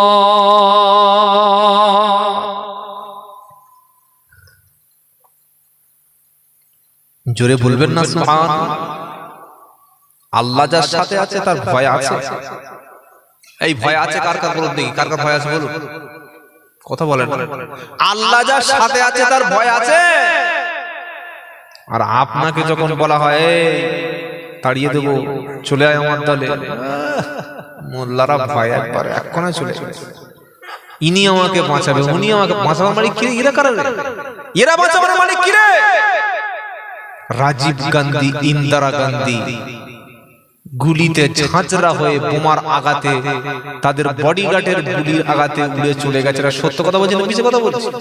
যারা নিজেদেরকে বাঁচাতে পারে না, আপনাকে বাঁচাবে? এই বন্ধুরা, আমাদের দেশের সব দলের সব রাজনৈতিক নেতা নেত্রী, এমএলএ, এমপি, প্রধানমন্ত্রী, রাষ্ট্রপতি, মুখ্যমন্ত্রী, পররাষ্ট্রমন্ত্রী, খাদ্যমন্ত্রী, পেট্রোল মন্ত্রী, যত মন্ত্রী আছে, এদের বডিগার্ড আছে না? কথা বল, আছে তো? একটা না দুটো? দুটো? হ্যাঁ, আমাদের মুখ্যমন্ত্রী বডিগার্ড করে না? কাছে গিয়ে একবার দেখুন, একটা ছোট একটা বন্দুক পকেটে করে নিয়ে যান, দেখেন বাবার বন্দুক জায়গায় বার করে। প্রধানমন্ত্রীর কাছে গেলে প্রধানমন্ত্রী এবার একটা গাড়ি কিনেছে 12 কোটি টাকা। কত বললাম? কত? মার্সিডিজ 12 কোটি।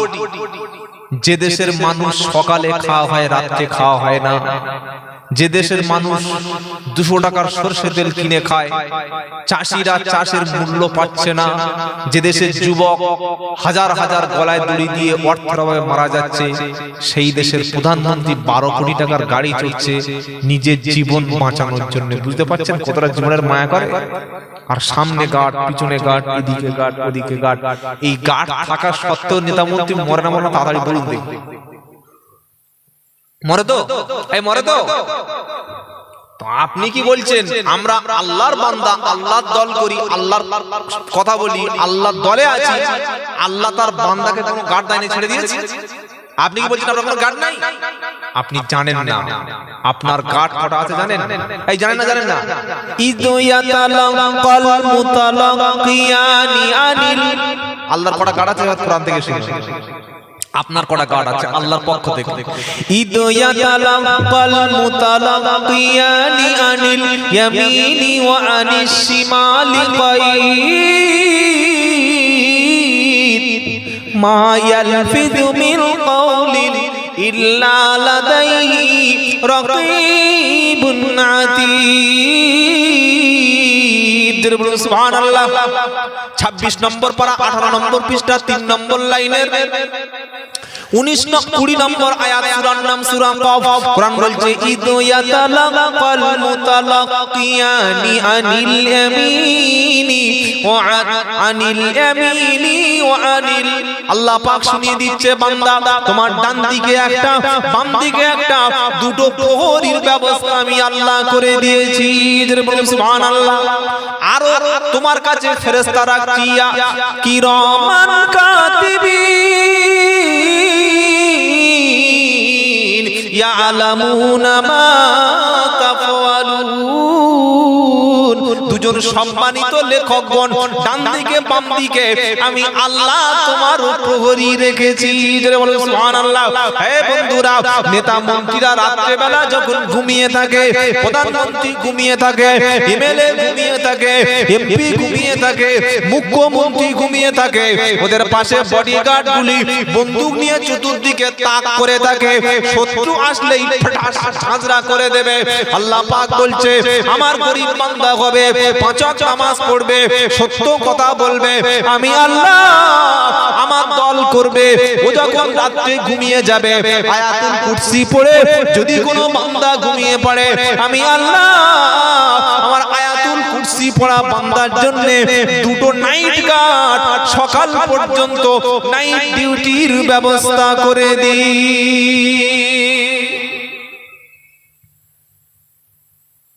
এই যে সমস্ত পুলিশগুলো আছে 100-র মধ্যে 60-70টা পুলিশ ঘুষ খায়।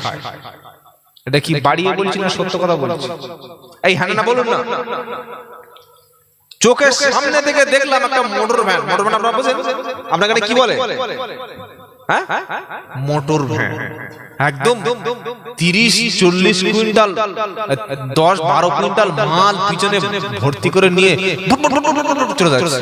আর পিছনে এইরকম কালো ধোঁয়া, পুরো সেই অন্ধকার মতো পুরো কালো হয়ে গেছে। এটা সত্য কথা না মিছে কথা? ওকে পুলিশ ধরবে না। আর আপনি বাইক নিয়ে যান, দেখি পলিউশন, দেখি এই দাঁড়া টাকা কত? 200 টাকা। কত বলো? 200। আমি আসছি আপনার নদিয়া থেকে, আমি থাকি চাম্পাটি বাড়াইপুরে। যদি ওই ছেলেরা ক্যানিং বলে ঠিকানা দিয়েছে, আমার অরিজিনাল বাড়ি ক্যানিং, আমি চাম্পাটিতেই প্রায় 7 বছর মতো আছি। তো আমাকে ধরেছে আপনার এয়ারপোর্টের একটু আগে। ওখানে লিমিট স্পিড লিমিট 60 এটা একটু রানিং ছিল, 63 ছিল। দাঁড়া, গাড়ি রানিং করলে কেন? কত দিতে হবে? 620 টাকা। কত বলো? কত? 620 টাকা। আমার সামনে একটা অ্যাম্বুলেন্স রোগী কাতরাচ্ছে, তাকেও ধরো। দেখি দাঁড়া দাঁড়া দাঁড়া, কত বড় বেঈমান হারামখোর, চিন্তা করো। একটা গরিব মানুষ ভোরের বেলা ডাব নিয়ে যাচ্ছে রাস্তা থেকে বিক্রি করবে ভোরের বেলা। এই দাঁড়া, তো সাইকেলে 50 টাকা ডাব তুললি কেন? বললে স্যার আমি ডাব বিক্রি করি 50 টাকা দে। কিসের টাকা? 100 টাকা। স্যার এই ফজরের সময় বার হয়েছি, এখন টাকা আছে, ডাব বিক্রি কর, দুটো ডাব কি? ও হারামখোর বললে হয় যে দুটো ডাব খাবো, তুই অত নাটক করছিস। ডাবওয়ালা যখন ডাব দুটো দিচ্ছে, ডাবওয়ালার চোখের পানি নাক পর্যন্ত চলে এসেছে, আর বলেছে আল্লাহ বিবি বাচ্চা সবাইকে ঘুম পড়িয়ে রেখে রাত 3টের সময় উঠে সাইকেলে ডাব সাজিয়ে নিয়ে যাচ্ছি, আমার কাছ থেকে লাভের অংশের দুটো ডাব কেড়ে নিল। আমার চোখের পানি যেমন ফেলেছে, আল্লাহ হারামখোর বেঈমান পুলিশ অফিসারদের যেন তুমি ওদের শরীর থেকে ওই রকম রক্ত ঝরিয়ে দিও। তার 6 মাস পরে রাস্তার পাশে দেখি মাল উল্টে শুয়ে আছে, ট্রাকের ধাক্কা। কে? ওই হারামখোর পুলিশ। 100-র মধ্যে 90টা পুলিশ ঘুষখোর। আর সিভিক ভলান্টিয়ার যারা, সিভিকরা পুলিশ ভাববেন এরা ভলান্টিয়ার, স্বেচ্ছাসেবক। এরা হাতে একটা লাঠি নিয়ে আর ব্যাস করে মনে হচ্ছে যেন বড় ডিজি, বড় আইজি, কি যেন কলকাতার পুলিশ কমিশনার। মাল 9,000 টাকা বেতন পায়, হাতে একটা বেতের লাঠি, মনে হয় যেন 2-4টা গাড়ি ভিতরে মাল দিয়ে পিষে মেরে চলে যায়। কি শুধু টাকা টাকা, টাকার খেলা। আপনার গাড়ি যদি লাইসেন্স ফেল হয়, কাগজ নাই, কিচ্ছু নাই, পলিউশন নাই, যাও সমস্যা। এটা মুসাফা করে 200 টাকা রাখো। কতদিন চলবে এই বেঈমানি? কতদিন চলবে? আল্লাহ পাক বলছে বান্দা এই জালিমদের অবশ্যই একদিন পতন হবে। যেদিন আল্লাহ জমিনে ঈমানদার ক্ষমতায় যেদিন আসবে, ঈসা আলাইহিস সালাম খুব তাড়াতাড়ি আসবে, ওদিন আর মোদি থাকবে না। ওদিন কিন্তু ডোনাল্ড ট্রাম্প চলে গেছে, ওদিন আমেরিকায় জো বাইডেন থাকবে না, ইসরায়েলে আর প্রধানমন্ত্রী থাকবে না, রাশিয়ায় কিন্তু থাকবে না, আপনার জাপানে থাকবে না, অস্ট্রেলিয়া ফ্রান্সে থাকবে না। একটাই মাত্র নেতা হবে, তিনি হলেন ইমাম মেহেদি আর ঈসা আলাইহিস সালামের সঙ্গে নিয়ে গোটা বিশ্বে আল্লাহ তাআলা মুসলমানদের হাতে ক্ষমতা দিয়ে দেবে। সেদিন কোরআন হবে সংবিধান, ক্ষমতায় বসবে মুসলমান। সেদিন অন্য কোন দল থাকবে না। আল্লাহর জমিনে যারা আল্লাহর কথা বলবে শুধুমাত্র তারাই থাকবে। ঘুষ থাকবে না, জেনা থাকবে না, ব্যভিচার থাকবে না। সেদিন পৃথিবীতে একটাই মাত্র শাসন চলবে, আল্লাহ। ঈসা আলাইহিস সালাম আসা পর্যন্ত কত খাবি খেয়ে নে, যা খা খা, শুধু খেয়ে, আমি কিছু বলবো না, খেয়ে নে। আল্লাহ বলছে খা। পলিউশনের জন্য 200, হেলমেট নাই বললে 300, হারামখোর। আর পুলিশ সামনে থেকে চলে গেল, হেলমেট নাই, দেখেছেন না? দেখেন ও হারাম করতে হেলমেট লাগে। খা, খেয়ে ঈসা আলাইহিস সালাম আসা খেয়ে যাচ্ছে, শুধু খেয়ে। খুব তাড়াতাড়ি আসছে, একটু অপেক্ষা করুন, ইনশাআল্লাহ সময় হয়ে গেছে। এই বাবাজিরা, শোনা লালেরা, জ্ঞানী জিনা, সুদী মানুষরা, আল্লাহর ভয়। আমাদের কি ফেরেশতা নাই আপনি বলছেন? আছে। ডান দিকে একজন, বাম দিকে একজন। নবী বললেন আয়াতুল কুরসি পড়ে ঘুমিয়ে যাও, সারা রাত তোমার জন্য আল্লাহর পক্ষ থেকে ফেরেশতারা পাহারা দেবে। বলুন সুবহানাল্লাহ। সেদিন আবু বকর সিদ্দিক ভয় পেলেন। আমার নবী বললেন আবু বকর ভয় পেও না। সেদিন আবু বকর সিদ্দিক এবং নবী দুজনে গুহার মধ্যে কি কথা হলো, ওই কথাটা আল্লাহ ঈমানদারদের জন্য কোরআনে কোট করে দিলেন। ইদহুমা ফিল গারি ইদ ইয়াকুলু লিসাহিবিহি লা তাহজান।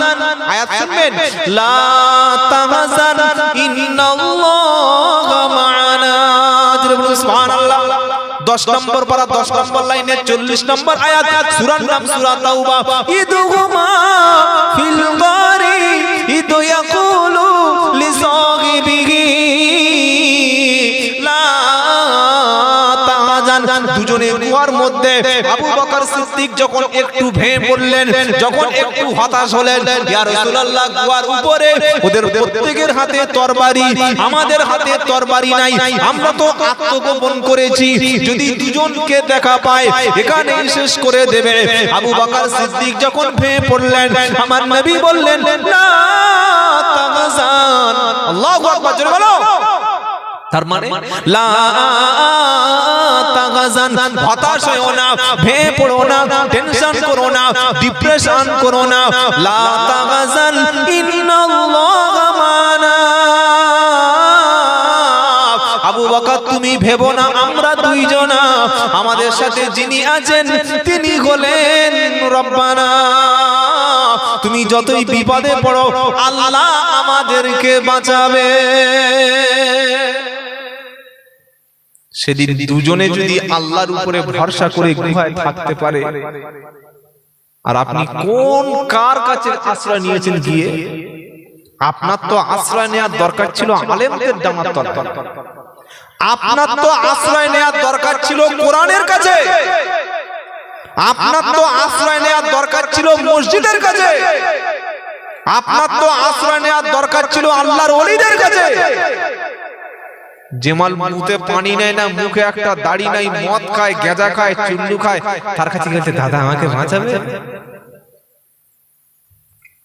আর ওই সময় বিপদে পড়ে বলছে দোয়া কর। এই বন্ধুরা, জ্ঞানীজনেরা, সুদী মানুষেরা, আল্লাহর নবী শুনিয়ে দিলেন লা তাহজান, হতাশ হয়ো না, ভেঙে পড়ো না। ঈমানদার কখনো ভেঙে পড়ে? 3 দিন থাকার পরে আল্লাহর নবী সাল্লাল্লাহু আলাইহি ওয়াসাল্লাম উট নিয়ে, আবু বকর সিদ্দিক উট নিয়ে টুক টুক টুক টুক করে মদিনায় চলে যাচ্ছেন। আর মদিনায় যাওয়ার সময় অনেক আগে থেকে সাহাবারা আল্লাহর নবীকে স্বাগত জানাবে বলে, ওয়েলকাম জানাবে বলে তারা প্রত্যেকদিন নবীর জন্য অপেক্ষা করতেন। বলুন সুবহানাল্লাহ। না জানি কখন রাসূলুল্লাহ আসবে। অনেক কষ্ট করে আল্লাহর নবী মক্কা থেকে মদিনায় চলে গেলেন। আর সেই সময় আল্লাহর নবীকে সাদরে গ্রহণ করার জন্য আবু লুবাবা নামক একটা সাহাবা আল্লাহ রাসূলের জন্য সবার আগে রাসূলের সঙ্গে গিয়ে দিদার করলেন। বলুন সুবহানাল্লাহ। আবু বকর সিদ্দিক সঙ্গে আছে, আল্লাহর নবী আছেন। আবু লুবাবা বলেন হুজুর আপনি আমার বাড়িতে আসুন, আপনি আমার মেহমান হবেন, সারা জীবন আপনি আমার বাড়িতে থাকবেন এবং খাবেন। বলবেন না সুবহানাল্লাহ? এই বাবাজিরা, আজকে কি আলেমদের ভালো 11:44 হয়ে গেল? দোয়া করে দিই, আর কথা বলবো না। দোয়া করে দিই ইনশাআল্লাহ নাকি একটা হোক। কমিটির ভাইরা বলেছে হুজুর 12টার আগে অল আউট করে দিতে হবে। কি একটা? এখন বলছে একটা, ফজরের সময় দেখবেন কোমরে কারোর লুঙ্গি নেই। আর ইমাম সাহেব, আপনাদের ইমাম সাহেব খুব ভালো মানুষ, খুব ভালো বন্ধু, ইমামদের সম্মান করবেন, তাই তো নাকি? ইমামদের সম্মান করতে হবে তো, কম না বেশি?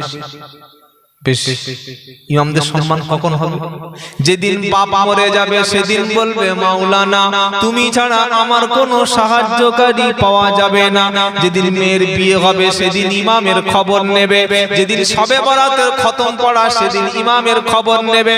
আর যেদিন বড় মুরগিটা জবাই হবে মৌলবীকে জবাই করে হুজুর এবার যেতে পারেন, বড় মুরগির মাথাটা জামাই খাবে। তাই তো? এটা ইমামদের সম্মান। আমি সব জায়গায় বলি, এখানেও বলছি, আপনারা জিজ্ঞাসা করে দেখুন। ইমাম সাহেবের সঙ্গে আমার অনেকক্ষণ কথা হয়েছে, ওনাকে একবারও বেতন জিজ্ঞাসা করেছি কিছু, আপনার বেতন কত ভাই, আপনার বেতন কত? হ্যাঁ এখন বলুন, এখন তো আর ভয় নাই, ওয়ান ক্যামেরা করে কত বলছে চাহায়। আলহামদুলিল্লাহ, আলেমরা এমনই হয়, সত্যি বলছি ভাই। সকাল থেকে একটা মানুষ দূর পর্যন্ত শুয়ে আছে, পেটে নাস্তা পড়েনি।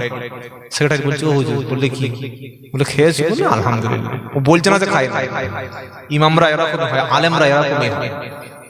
যে সমাজ আলেমদের মূল্যায়ন করতে শেখে, যে সমাজ আলেমদের ভালোবাসে, আল্লাহর ওলিদের ভালোবাসে, হাফেজদের ভালোবাসে, সেই সমাজের উপরে আল্লাহর রহমত হয়। জোরে বলুন না সুবহান। আর যে সমাজ আলেমদের দেখতে পারে না, আলেমদের সহ্য করতে পারে না, আলেমদের সোহবতে যায় না, সেই সমাজের উপরে আল্লাহর গজব পড়ে। এই বাবাজিরা, সোনালালেরা, জ্ঞানীজনেরা, শুধু মানুষেরা, বর্তমান সময়ে একটা ইমামের মাইনে কমপক্ষে 8,000, তাছাড়া ইমামের পিছনে নামাজ হবে না। কি বলছেন? 8,000 টাকা তাহলে নামাজ হবে না? আমার বক্তব্য ইউটিউবে আছে, এই সম্পর্কে একটা বক্তব্য করেছি যে 8,000 টাকা ছাড়া বর্তমানে একটা মানুষের চলে না। ইমাম সাহেব বিবাহিত না অবিবাহিত? ছেলে পুলে আছে নাকি? মজা কি ছেলে হয় নাই? হয় নাই, হবে। আর অন্যান্য ইমামের ছেলে পুলে হয় না? এই ইমামদের ছেলে পুলে নাই? আমরা তো একটা ছেলে একটা মেয়ে নিলে আর বাচ্চা হবে। কি হলো ভাবি? বলে না তোমার দাদা বলেছে যে একদম পুরো লাইফ টাইম। কি বলুন তো? লাইফ টাইম কি কথা বলে না যে লাইফ টাইম একদম বাঁচা আর বাচ্চা, মানে একটা ছেলে একটা মেয়ে। মেয়েটা চলে গেল শ্বশুর বাড়ি, আর ছেলেটা একটা মেয়ে নিয়ে ডাক্তার হয়ে চলে গেল একদম সেই পুরো কি কলকাতা। এই মাল দুজনে ভিক্ষা করছে। কি হলো চাচা? ডাক্তার ছেলে তোমার ছেলে। দেখেন, তুমি যদি 4টে ছেলে জন্ম দিতে পারতে, একটাকে যদি হাফেজ, একটা মাওলানা, একটা ডাক্তার, একটা মাস্টার করতে, ওই ডাক্তার মাস্টার উড়ে চলে গেলে হাফেজ মাওলানা তোমাকে ছাড়তো না। বলো সুবহানাল্লাহ। একটা ছেলে একটা মেয়ে, আর ছেলে পুলে নাই। আলেমদের 4টে 5টা ছেলে হাফেজ আলেম পড়াশোনা করে, তো যদি একটা মানুষের 4,000 টাকা 5,000 টাকা বেতন দিই, কিভাবে চলে বলে? এই বন্ধুরা, জ্ঞানীজনেরা, শুধু মানুষেরা, একটা মসজিদের ইমাম সাহেব খুব চালাক ছিল। গল্পটা বলবো, এক মিনিট বলবো, বলবো। এখন সেই মসজিদের সেক্রেটারি সাহেব ইমামের মাইনে দিচ্ছে 1400 টাকা। আমি আমার নিজের কথা বলি, আল্লাহর কসম, আল্লাহকে শপথ করে বলছি, 1,000 টাকা আমি ছাত্র জীবনে ইমামতি করেছি 5 বছর। 1,000 টাকা, বুঝলেন? ঠকেছি, অনেক ঠকেছি, দেখেছি অবস্থাটা সমাজ।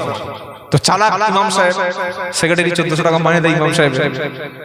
সেক্রেটারি সাহেবের ছেলে পরীক্ষা, লিখিত পরীক্ষা দেয়া হয়েছে, শুধু ইন্টারভিউটা বাকি আছে। ফজরের সময় ইমামের কাছে হুজুর একটু দোয়া করুন, আজকে আমার ছেলে পরীক্ষা দিতে যাবে। হুজুর বলছে দোয়া করবো? তা বললেন হ্যাঁ দোয়া করবো। আর হুজুর ধরেছে দোয়া। সেক্রেটারি পিছনে আমিন আমিন করছে, আর ইমাম সাহেব দোয়া করছে। 1400 টাকার ইমাম। রব্বানা যালামনা আনফুসানা ওয়া ইল্লাম তাগফির লানা ওয়া তারহামনা লানাকুনান্না মিনাল খাসিরিন। সেক্রেটারি সাহেব বলছে আমিন। ইমাম বলছে রব্বানা আতিনা ফিদ দুনিয়া হাসানাতাও ওয়া ফিল আখিরাতি হাসানাতাও ওয়া কিনা আযাবান নার। আমিন। এবার ইমাম সাহেব বলছে ও রব্বুল আলামিন, আল্লাহ সেক্রেটারি সাহেবের ছেলেকে কবুল করো, তার ছেলে পরীক্ষা দিয়েছে, পাস করিয়ে দাও, তার ছেলেকে ভালো চাকরির ব্যবস্থা করে দাও। সেক্রেটারি কি বলছে বলো? সেক্রেটারি কি বলবে? আমিন বলবে না? বলছে আমিন। রব্বুল আলামিন আল্লাহ সেক্রেটারি সাহেবের ছেলে আজকের পরীক্ষা দেবে, ইন্টারভিউ যেন পাস করে বেতনটাও ভালো দিও। তখন সেক্রেটারি বলছে আমিন। ইমাম লাস্টে বলছে, চালাক ইমাম তো, রব্বুল আলামিন আমি 5 বছর ইমামতি করছি, আমার যেমন 1400 টাকা বেতন দিচ্ছে আল্লাহ, সেক্রেটারি সাহেবের ছেলে যেন 1400 টাকা ইমাম বেতন পায়। হাত ফেলে দিয়েছে। এই কি দোয়া করছে রে? তোমার এরকম দোয়া করতে বলেছি আমি? কি বুঝলেন? ইমাম সাহেব বলছে কি বলবো আর বলো, আমার যেমন 1400 টাকা পড়ার সময় 1400 টাকা হোক। কি বুঝলেন? এই বাবাজিরা যেরকম চালাক লোক, ইমামও চালাক করে গেছে। সেজন্য আলেমদের পিছনে খোঁচা দিতে যেও না, এমন খোঁচা খেয়ে যাবে না বদয়া শেষ হয়ে যাবে। বাবাজিরা, সুবহানাল্লাহ, জ্ঞানী জানা শুধু মানুষেরা, আল্লাহ আল্লাহ ভাইরা, ইমামদের বেতন দেবেন, ইমামকে দিয়ে মেহনত পরিশ্রম করে নেবেন। আমার আবু বকর সিদ্দিক মুজাদ্দেদ জামান তিনি বলেছেন, মসজিদে হাক্কানি আলেম রাখবেন, ভালো ইমাম রাখবেন। ইমামের 7 দিনে 7টা ডিউটি থাকবে। একদিন ইমাম জিকিরের মজলিস করবে, একদিন ইমাম তালিম দেবে, একদিন ইমাম ছেলেদেরকে সকালে পড়াবে, একদিন ইমাম বয়স্কদের নামাজগুলো শিক্ষা দেবে, একদিন ইমাম মাসআলা শিক্ষা দেবে। সপ্তাহে একদিন ইমাম বসে বসে জিকিরের জাকিরিন বান্দা হবে, আল্লাহ তার রাসূলের সাথে পরিচয় করিয়ে দেবে। সুবহানাল্লাহ। ইমামের 8000 টাকা বেতন হবে। ইমাম ফজরের নামাজের পরে ক্লাস 5 থেকে ক্লাস 2 থেকে ক্লাস 5 এই সমস্ত নার্সারি কিংবা তার চাইতে ছোট বাচ্চাদেরকে ইমাম ফজরের পর থেকে কমপক্ষে 2 ঘন্টা পড়াবে। আসর থেকে মাগরিব পর্যন্ত 8 থেকে 10 বছরের বাচ্চাদের সপ্তাহে 4 দিন পড়াবে। মাগরিব থেকে এশা পর্যন্ত 40, 45, 50 বছরের যারা বয়স্ক, যারা 30 বছর নামাজ পড়ছে, যারা আজও পর্যন্ত সব সূরাগুলো ভালো মুখস্থ হয়েছে কিন্তু ভুল, ইমাম সপ্তাহে 2 দিন 3 দিন তাদেরকে ট্রেনিং দিয়ে, তাদেরকে শিক্ষা দিয়ে সহিহ করে কোরআন তেলাওয়াত হবে। এই রকম পাড়ায় যখন কাজ শুরু হবে, আল্লাহর কসম করে বলছি, ওই পাড়ায় এই রকম 5 বছর যদি মেহনত পরিশ্রম হয়, পাড়ায় সবাই নামাজি হবে, আর নামাজিগুলি বিশুদ্ধভাবে কোরআন পড়বে। আর আমাদের মসজিদগুলো বলে আল্লাহ ভাই নামাজ পড়তে দাঁড়িয়েছে, আল্লাহু আকবার, আল্লাহ। আমার দিকে দেখুন, হাত এরকম, এরকম হাত নামাজ হবে? এই হাত এরকম হবে না, এরকম হবে, কিবলামুখী হবে। আল্লাহু আকবার। এবার হাত এরকম পাবে, দেখছেন যেন ধানের বিচুরি মধ্যে এসছে মাছ, কি এরকম হাত পাবে। আলহামদুলিল্লাহ রাব্বিল আলামিন আর রহমানির রহিম মালিক ইয়াউমিদ্দিন ইহদিনাস সিরাতাল মুস্তাকিম। প্রতিবার কবরে শো একবার চল। দলিল এক জায়গায় ভুল আছে, রেকর্ডে একটা নাম, দলিল একটা নাম। এটা ডিএলআর আর ভিডিও এসডিও তে ছুটে ছুটে ছুটে রেকর্ড আর দলিলের নামটা একদম খাঁটি করে নিয়েছে। আধার কার্ডের যে নাম, ড্রাইভিং লাইসেন্স সেই নাম, প্যান কার্ডের সেই নাম, গোটা নাম সব এক করে নিয়েছে, কোনো জায়গায় বানান ভুল নাই। আর যে সূরা ফাতিহাটা সারা জীবন পড়ে আসলাম, ইমাম সাহেবের কাছে কখনো বসে বলেছি, হ্যাঁ হুজুর এই যে সূরা ফাতিহাটা পড়ছে দেখুন তো এটা নবীর মতো হচ্ছে কিনা, এটা আলেমদের মতো হচ্ছে কিনা। এই বাবাজিরা, এটা যাতে সঠিকভাবে হতে পারে তার জন্য এই জলসা দিয়ে কানে কানে বলে দেয়া, তার জন্য পীর সাহেব আর আলেমদের আগমন। আর একদল হারামখোর হুরকো কোম্পানির মোল্লা বলছে জলসা দিয়ে কি লাভ, 2 লাখ টাকা খরচ করে মৌলবীরা খেয়ে পালাবে। ওকে জিজ্ঞাসা করে দেখো বাথরুমে কোন পা দিয়ে ঢোকে আর কোন পা দিয়ে বাড়ায় মাল বলতে পারে কি? কথা বুঝতে পারছো? ভাগ্য ভালো, পাড়ার এরকম সুন্দর একটা অনুষ্ঠান দিচ্ছে আজ। এই তো আমি চাম্পাড়ি থেকে 12 পর্যন্ত 2.5-3 ঘন্টা সময় লাগলো। সব মুসলিম, বড় বড় মুসলিম পাড়ায় এরকম বড় বড় ডিজে বক্স আর মুরগি চলে এসেছে। আর সন্ধ্যার পর থেকে লাইটিং হবে আর একদম প্যান্ডেল ফাটিয়ে দেবে, দম দম ডিজে ডিজে ডিজে। আর বাপগুলো হনুমান কোম্পানি, মুখে এত বড় দাড়ি, একটা বারের জন্য ছেলেদের মানা করে না, এই ছেলে তুই মুসলমানের ছেলে, তোর বাপ মুসলমান মা মুসলমান, তুই মুসলমান পাড়ায় গোরস্থানের পাশে গান বাজনা করছিস কেন বল? 1 জানুয়ারিতে জানোয়ারের বাচ্চাগুলো জানোয়ারের মতো ডিজে বাজাবে, মদ খাবে, আর কোথায় বক খালি, আর কোথায় দিঘায় যাবে। আর পাড়ার কিছু হনুমান কোম্পানি মুসলমান আছে, এরা মেয়েদেরকে বলবে যা যা যা, ভালো বাসে যাচ্ছে, চাচা তো ভাই, তোর বন্ধু, তোর ক্লাসমেট, যা একসাথে যা, 12টা বাজিয়ে আয়। ছি ছি ছি ছি ছি। এই যদি মুসলমানের ক্যারেক্টার হয় তাহলে এর চাইতে আর খারাপ মুসলমান পৃথিবীতে আছে বলে তো মনে হয়? খুব খারাপ লাগছে নাকি? খারাপ লাগলেও কিছু করার নেই, যেখানে যাই একবার আর না, এতে ইনশাআল্লাহ যথেষ্ট। এই বাবাজিরা, সোনা লালেরা, জ্ঞানীজনেরা, শুধু মানুষেরা, আল্লাহ এই যুবকদেরকে হেদায়েত দিয়েছেন যে এইরকম একটা সুন্দর মজলিস করেছেন, বলুন আলহামদুলিল্লাহ। আল্লাহর নবী সাল্লাল্লাহু আলাইহি সাল্লাম বললেন, যদি দুনিয়ায় কোনো জায়গায় কোরআনের কথা, দুনিয়ায় যদি হাদিসের কথা, আল্লাহর আলেমদের কথা, মাসালার কথা, নবীর উপরে দরুদ পড়া হয়, কোরআনের মজলিস কায়েম করা হয়, ওই জায়গায় ফেরেশতারা দুনিয়া থেকে আরশ পর্যন্ত তারা দাঁড়িয়ে যায়, সুবহানাল্লাহ।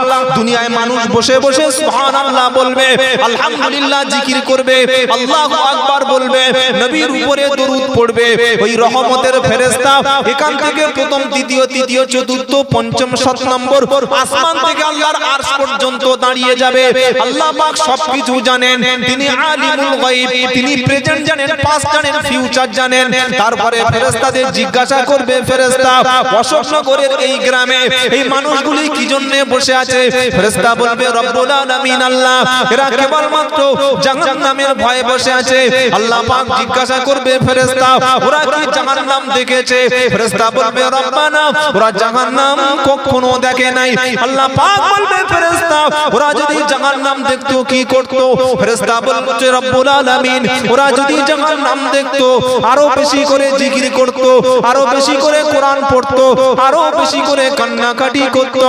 আল্লাহ পাক বলে, ফেরেশতারা আমার কাছে কি চায়? ওদের চাওয়া পাওয়াটা কি বলো? ফেরেশতা বলে, রব্বুল আলামিন, ওরা জাহান্নাম থেকে বাঁচতে চায়, তোমার জান্নাতের আশা করে। আল্লাহ পাক বলে, ফেরেশতারা ওরা যদি জান্নাত দেখতো আরো কি করত? ফেরেশতা বলে, আল্লাহ, ওরা যদি জান্নাত দেখতো বেশি করে তাসবিহ পড়তো, আরো বেশি করে কোরআনের মজলিস করতো, আরো বেশি করে আল্লাহ আল্লাহ জিকির করতো। আল্লাহ পাক বলে, ফেরেশতারা যারা জান্নাত দেখলো না, যারা জাহান্নাম দেখলো না, না দেখে এতটা আল্লাহর ভালোবেসেছে, ফেরেশতা তোমরা সাক্ষী থাকো, ওই সমস্ত বান্দাদেরকে আমি আল্লাহ তাআলা ক্ষমা করে দিলাম।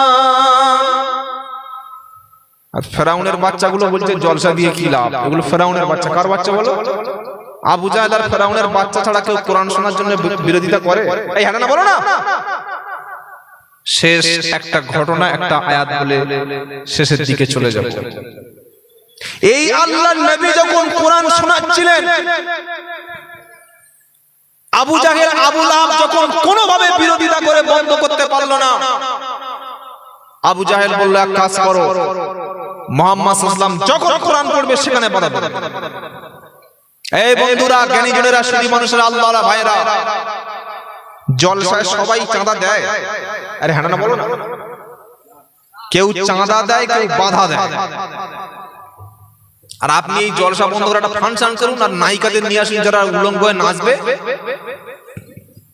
যে হারাম করে বলছে জলসা দিয়ে লাভ নাই, আপনাদের না অন্য সব জায়গায় বলে, সে দেখবে 2000 টাকা চাঁদা দিয়ে বুকে ব্যাজ মেরে একদম এইরকম হয়ে পড়ে থাকে, পার উপরে পা দিয়ে পড়ে থাকে।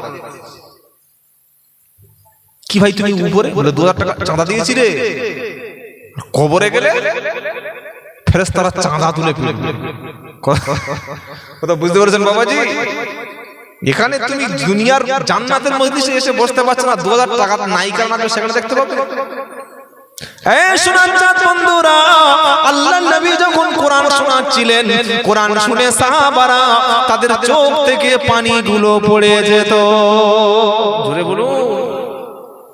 وَإِذَا سَمِعُوا مَا أُنزِلَ إِلَى الرَّسُولِ تَرَى أَعْيُنَهُمْ تَفِيضُ مِنَ الدَّمْعِ مِمَّا عَرَفُوا مِنَ الْحَقِّ يَقُولُونَ رَبَّنَا آمَنَّا فَاكْتُبْنَا مَعَ الشَّاهِدِينَ। জোরে বলুন না সুবহানাল্লাহ। 7 নম্বর পারা 1 নম্বর পৃষ্ঠায় 1 নম্বর লাইনে 83 নম্বর আয়াত, সূরার নাম সূরা মাইদা। ওয়াইদা সামিউ মা উনজিলা ইলার রাসূল। আল্লাহ পাক বলছেন, নবী আপনি আপনার প্রকৃত উম্মত যারা, আমার প্রকৃত বান্দা যারা, ওরা যখন কোরআন শুনবে নবী আপনি দেখতে পাবেন কোরআন শুনে ঈমানদারদের চক্ষুটা ভিজে গেছে। বলো সুবহানাল্লাহ। কারণ সত্য আল্লাহকে চিনতে পেরেছে, সত্য রবকে চিনতে পেরেছে। জলসায় প্রথম বসলে আপনার গুনাহগুলো মাফ হবে, আর জলসায় বসলে কোরআন শুনলে চোখের পানি ভিজে যাবে, আর জলসায় বসে কোরআন শুনলে ঈমান আপনার বেড়ে যাবে। জোরে বলো। যারা বলছে জলসা দিয়ে লাভ নাই, মালগুলোকে ধরে সামনে আনো আর আলেমকে জিজ্ঞাসা করো।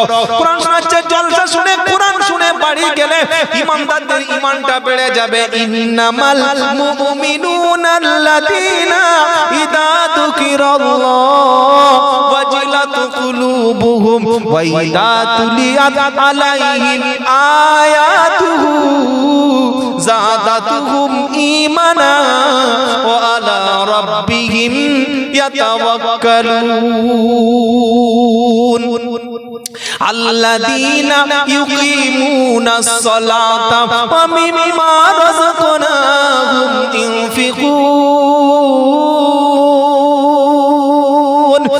উলাইকা ইউমিনুনা উলাইকা মুমিনুনা হাক্কান লাহুম দারাজাতুন ইনদা রাব্বিহিম ওয়া মাগফিরাতুন ওয়া রিজকুন কারীম।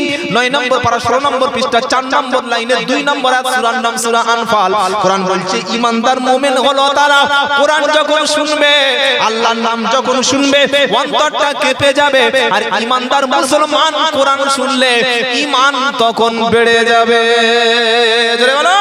ঈমান যখন বেড়ে যাবে ওয়া আলা রাব্বিহিম ইয়াতাওয়াক্কালুন, আল্লাহর উপরে ভরসা তাদের হয়ে যাবে। আল্লাযীনা ইউকিমুনাস সালাতা, ঈমানদাররা নামাজি হবে। জলসা থেকে লোক নামাজি হবে, শুনে গিয়ে ঈমান বেড়ে যাবে। তাদের সম্পদ আল্লাহর পথে খরচ করবে। কোরআন শোনাচ্ছে উলাইকা হুমুল মুমিনুনা হাক্কান, আর ওরাই হলো খাঁটি ঈমানদার। এই কোরআনের বিরোধিতা আবু জাহেল আবু লাহাব করেছে। শেষ ঘটনা বলছি, শুনে রাখুন। আল্লাহর নবী তো রাত্রিবেলা ঘুম থেকে উঠে আর কাবা শরীফে বাইতুল্লাহ শরীফে গিয়ে মধুর সুরে আল্লাহর নবী আল্লাহর কোরআন তেলাওয়াত করতেন। জোরে বলবেন না সুবহানাল্লাহ। নবী রাত্রিবেলা কি করতেন বলুন? জোরে বলুন। কোরআন তেলাওয়াত। হ্যাঁ, নবীর গলা কি সুবহানাল্লাহ। সুবহানাল্লাহ আগে বলুন। আমাদের তো একটু গান শুনলে তখন শুধু একটা গান একটা পাগলে বলে দিয়েছে কাঁচা বাদাম, সব পাগল হয়ে গেছে। শুনেছেন? যে মায়ের পেটে আছে সেও কাঁচা বাদাম, আর যে মায়ের পেট থেকে মাল সবাই বার হয়েছে সেও কাঁচা বাদাম চালাচ্ছে। কাঁচা বাদাম কোনো গান হলো? বোকা কোথাকার, জীবনে কোরআন শুনে নাই তাই কাঁচা বাদামের পিছনে ছুটছে। আল্লাহর নবী সাল্লাল্লাহু আলাইহি ওয়াসাল্লাম কাবা শরীফে দাঁড়িয়ে রাত্রিবেলা কি পড়ছেন বলুন? এই শেষ ঘটনা বলতে শুনে বাড়ি চলে যাবেন। এই বন্ধুরা, কোরআন পড়ছে আর এত সুন্দর মধুর সুরে পড়ছে। আবু জাহেল হাজির হয়ে গেছে কাবা শরীফের ডান দিকে, আবু লাহাব বাম দিকে। কাবা শরীফের চতুর্দিকে 4টে দেয়াল, উদবা একদিকে, সাইবা একদিকে। 4জন বড় বড় লিডার, কাফেরের লিডার, সব চারদিকে দাঁড়িয়ে আছে। আর নবীজি মধুর সুরে পড়ছে। আল্লাহর কালাম তো এত সুন্দর, যেখানে পড়বেন সেখানে যেন কবিতার মতো লাগবে। বলুন সুবহানাল্লাহ। বলবেন না সুবহানাল্লাহ? যেমন ওয়াশ-শামসি ওয়া দুহাহা ওয়াল কমারি ইযা তালাহা ওয়ান নাহারি ইযা জাল্লাহা ওয়াল লাইলি ইযা ইয়াগশাহা ওয়াস সামাই ওয়া মা বানাহা। সুবহানাল্লাহ। আবার দেখুন, আর রহমান আল্লামাল কুরআন খলাকাল ইনসানা আল্লামাহুল বায়ান আশ-শামসু ওয়াল কমারু বিহুসবান ওয়ান নাজমু ওয়াশ-শাজারু ইয়াসজুদান ওয়াস সামাআ রাফাআহা ওয়া ওয়াদাআল মিজান আল্লা তাতগাউ ফিল মিজান ولا تخسروا الميزان والأرض وضعها للأنام فيها فاكهة والنخل ذات الأكمام والحب ذو العصف والريحان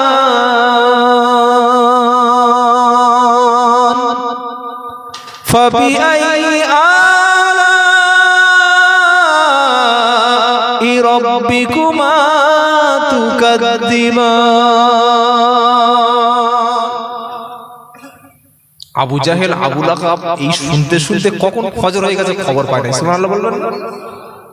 সত্যি কথা বলতে মানুষ কোরআন শুনলে কখন সকাল হয়ে যায় টের পায় না। এই এক সপ্তাহ আগে মুর্শিদাবাদে একটা প্রোগ্রাম করলাম, আল্লাহর রহমতে আল্লাহ আপনাদের দোয়ার ওসিলায় আর কোরআনের খেদমত করিয়ে নিচ্ছেন। আসাম, উড়িষ্যা, ত্রিপুরা বিভিন্ন রাজ্যে আল্লাহ নিয়ে গেছে। আর আমার বয়স কিন্তু খুব বেশি নয়, মাত্র 29। পশ্চিমবঙ্গের প্রায় সব জেলা, পশ্চিমবঙ্গ ছাড়া 4টে স্টেটে আল্লাহ নিয়ে গেছেন। খুব অবাক হয়ে যায় যখন কোরআন আল্লাহ পাক মুখ থেকে বলিয়ে নেয়, মানুষ চাতক পাখির মতো তাকিয়ে থাকে।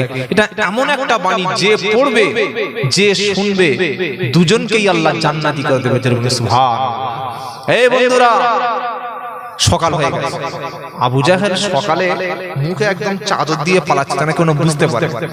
আবু লাহাবও যাচ্ছে, দুজনে যেতে যেতে অন্ধকারে তো সকালে একটু বাকি আছে, ধাক্কা লেগে এই কে রে? আবু জাহেল বলছে কে রে? আবু লাহাব বলছে আমি। তুই কে? বলে গলা বুঝতে পেরেছে, একসঙ্গে সব দল করে। কি বুঝলেন? তুই কে? আমি আবু লাহাব। এখানে কি করছিস? কোথায় গেছিলিস? বলে চুপ কর, আস্তে কর, লোক শুনতে পাবে। আমি তো সেই সন্ধ্যা থেকে সকাল পর্যন্ত মুহাম্মাদের কোরআন শুনছিলাম। আবু জাহেল বলে তুই কোরআন শুনছিলিস? আবু লাহাব বলে তুই কোথায় গেছিলিস? সত্যি করে বল। এই বল কোথায় গেছিলিস?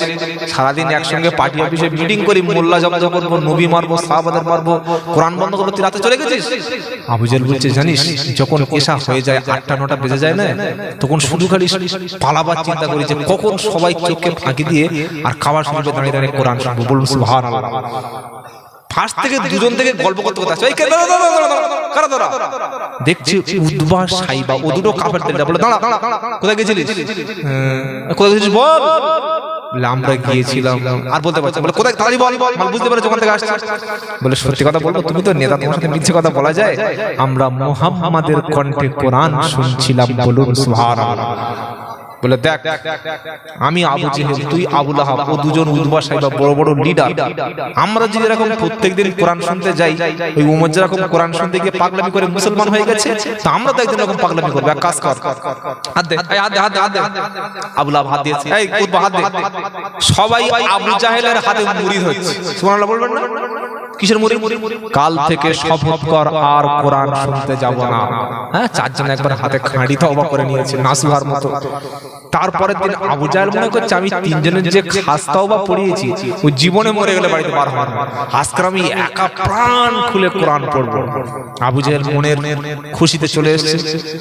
আবু লাহাব মনে করছে আবু জাহেল যে বড় লিডার, ওর যা ক্ষমতা, ও যে নিজে তওবা করেছে, ও জীবনে আসবেই না, আর আমি গেলে উঠবা সেবা কেউ আসবে না। ও চলে গেছে, 4 জনের মতো চলে গেছে। আবার সকালবেলা যাওয়ার সময় আবার দেখা হয়ে গেল। সেদিন বললো না, এ আমাদের মনে হচ্ছে ওমরের মতো পাগলামি করবো, মুসলমান হচ্ছে হয়েই যাবো। এক কাজ কর, বললে কি, আজ থেকে শপথ কর কোরআন তো শুনবই না, শুনবো না, বরং যেখানে কোরআন হবে সেখানে ডিস্টার্ব করবো, সেখানে বাধা দেবো। শপথ কর। আর ওরা সেদিন যে অন্ধকারে শপথ করেছিলেন, ওটা আল্লাহ কোরআনে রেকর্ড করেছে। ওয়াকালাল্লাযীনা কাফারু وقال الذين كفروا لا تسمعوا لهذا القرآن والغوا فيه لعلكم تغلبون। 26 নম্বর পারা, সূরা হামিম সিজদা 10-12 নম্বর লাইনের 26-28 নম্বর আয়াত। আল্লাহ তাআলা শুনিয়ে দিচ্ছে কাফেররা কি বলবো। ওয়াকালাল্লাযীনা কাফারু, কাফেররা সেদিন বলল, লা তাসমাউ লিহাদাল কুরআন, লা তাসমাউ, শুনবে না লিহাদাল কোরআন, কোরআন শুনবে না। ওয়াল গাউফি, ডিস্টার্ব করো, বাধা দাও, বিরক্ত করো, প্রতিবন্ধকতা সৃষ্টি করো, আটকে দাও। লাআল্লাকুম তাগলিবুন, যদি জয়ী হও, যদি ক্ষমতায় আসতে চাও, যদি উঁচু সিটটা পেতে চাও, কোরআনের মজলিস বন্ধ করে দাও। আল্লাহ পাক বললেন, আবু জাহেল, তোরা চেয়েছিলিস মুহাম্মদ সাল্লাল্লাহু আলাইহি সাল্লামের কোরআনকে মক্কায় স্তব্ধ করতে, আর আমি আল্লাহ কি শপথ নিলাম, ওয়া রাফানা লাকা যিকরাক। নবী ভয় পাবেন না, এমন একটা দিন আসবে রাশিয়া, ফ্রান্স, চীন, Britain, America, Holland, England, Finland, Iceland, तमाम বিশ্বের 256টা দেশের মধ্যে সব দেশ থেকে কোরআনের ধ্বনি প্রত্যেক দিন মসজিদে বার হবে। জোরে বলুন না সুবহানাল্লাহ।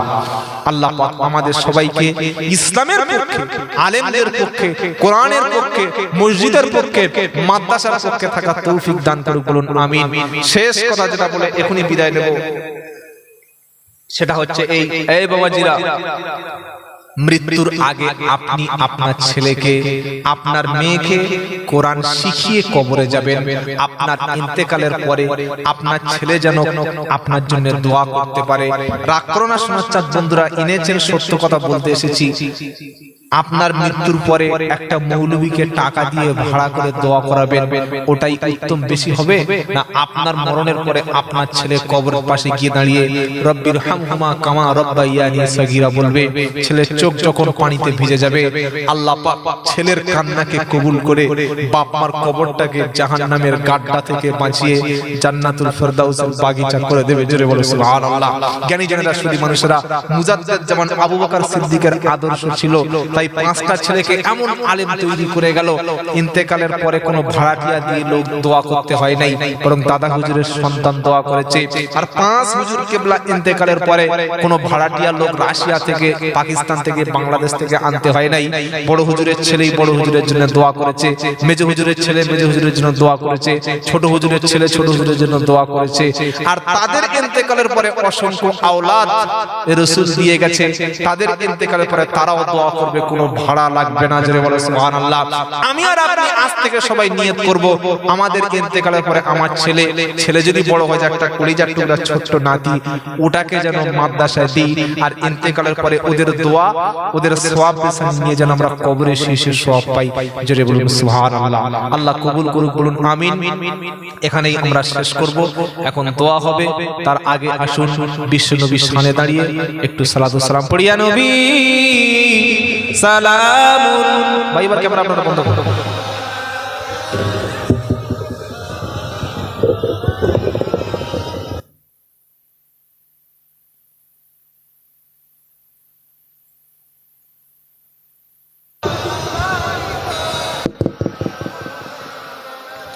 জিবরাইল তুলি লো আওয়াজ, খুলে দাও আসমানের দুয়ার, এসেছে নবীদের সরদার, করিবেন আল্লাহ পাক দিদার। ইয়া নবী সালামুন।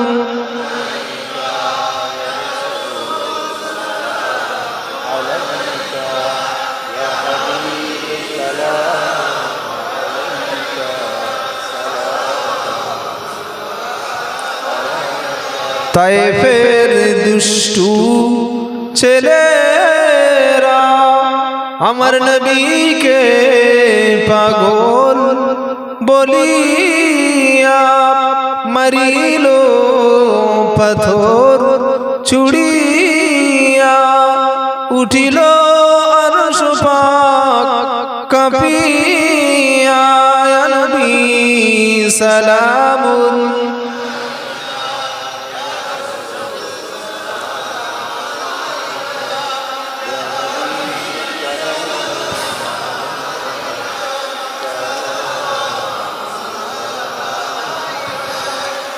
নবীজির আব্বা আব্দুল্লাহ, নবীজির আম্মা আমিনা, নবীজির রওজা সোনার মদিনা, নবীজির নাতি দুইজন। ইয়া নবী সালামুন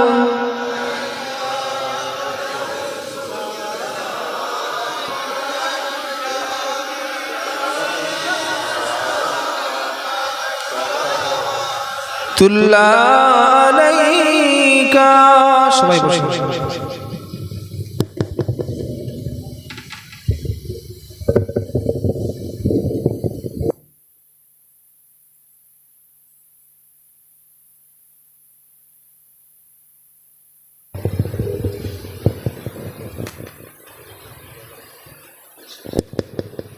আলহামদুলিল্লাহ।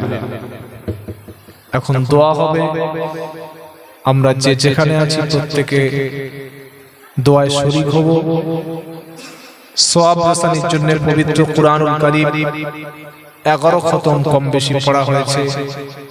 আল্লাহ পাক আমাদের সবাইকে কবুল করুক, বলুন আল্লাহুম্মা আমিন। আল্লাহুম্মা আমিন। ربنا ظلمنا أنفسنا وإن لم تغفر لنا وترحمنا لنكونن من الخاسرين ربنا آتنا في الدنيا حسنة وفي الآخرة حسنة وقنا عذاب النار ربنا لا تزغ قلوبنا بعد إذ هديتنا وهب لنا من لدنك رحمة إنك أنت الوهاب رب العالمين আল্লাহ তোমার দরবারে দুটি হাত তুলেছি, জীবনের সমস্ত গুনাহগুলি তুমি maaf করে দাও। হাত তোলার পূর্বে দুরূদ ও সালাম পড়ে আয় আল্লাহ তাআলা যতগুলি খতমে কোরআন তেলাওয়াত হয়েছে ভুল ত্রুটি হয়ে থাকলে ক্ষমা করে দিয়ে সওয়াবটুকু সোনার মদিনায় হুজুরে পাক সাল্লাল্লাহু আলাইহি সাল্লামের পাক রূহে পৌঁছে দাও। আদম আলাইহিস সালাম থেকে আজ পর্যন্ত तमाम বিশ্বের মাটির নিচে নবীগণ, সিদ্দিকীন, শুহাদা, সালিহিন, সাহাবা, সাহাবীতা, তাবিঈন, আইম্মায়ে মুস্তাজিন, খুলাফায়ে রাশিদিন সবার পাক রূহে আমাদের সওয়াবটুকু পৌঁছে দাও। খাস করে মুজাদ্দিদ জামান আবু বকর সিদ্দিক রাহমাতুল্লাহ আলাইহি তার 5 আওলাদ হুজুর ফুরফুরা শরীফের জমিনে শুয়ে আছেন, তাদের পাক রূহে আমাদের সওয়াবটুকু পৌঁছে দাও। আল্লাহ বসিরহাট আল্লামা রুহুল আমিন রাহমাতুল্লাহ আলাইহি পাক রূহে আমাদের সওয়াবটুকু পৌঁছে দাও। আমাদের নানা নানি, আত্মীয় স্বজন, শ্বশুর শাশুড়ি, আব্বা আম্মা যাদের কবরে চলে গেছে, আব্বা জান সারা জীবন কষ্ট করে মানুষ করে লেখাপড়া শিখিয়ে সব কিছু রেখে চলে গেছে, আব্বা জানের কবরের আযাবগুলি তুমি maaf করে দাও। আম্মা জানের কবরকে তুমি জান্নাতুল ফিরদাউসের বাগান বানিয়ে দাও।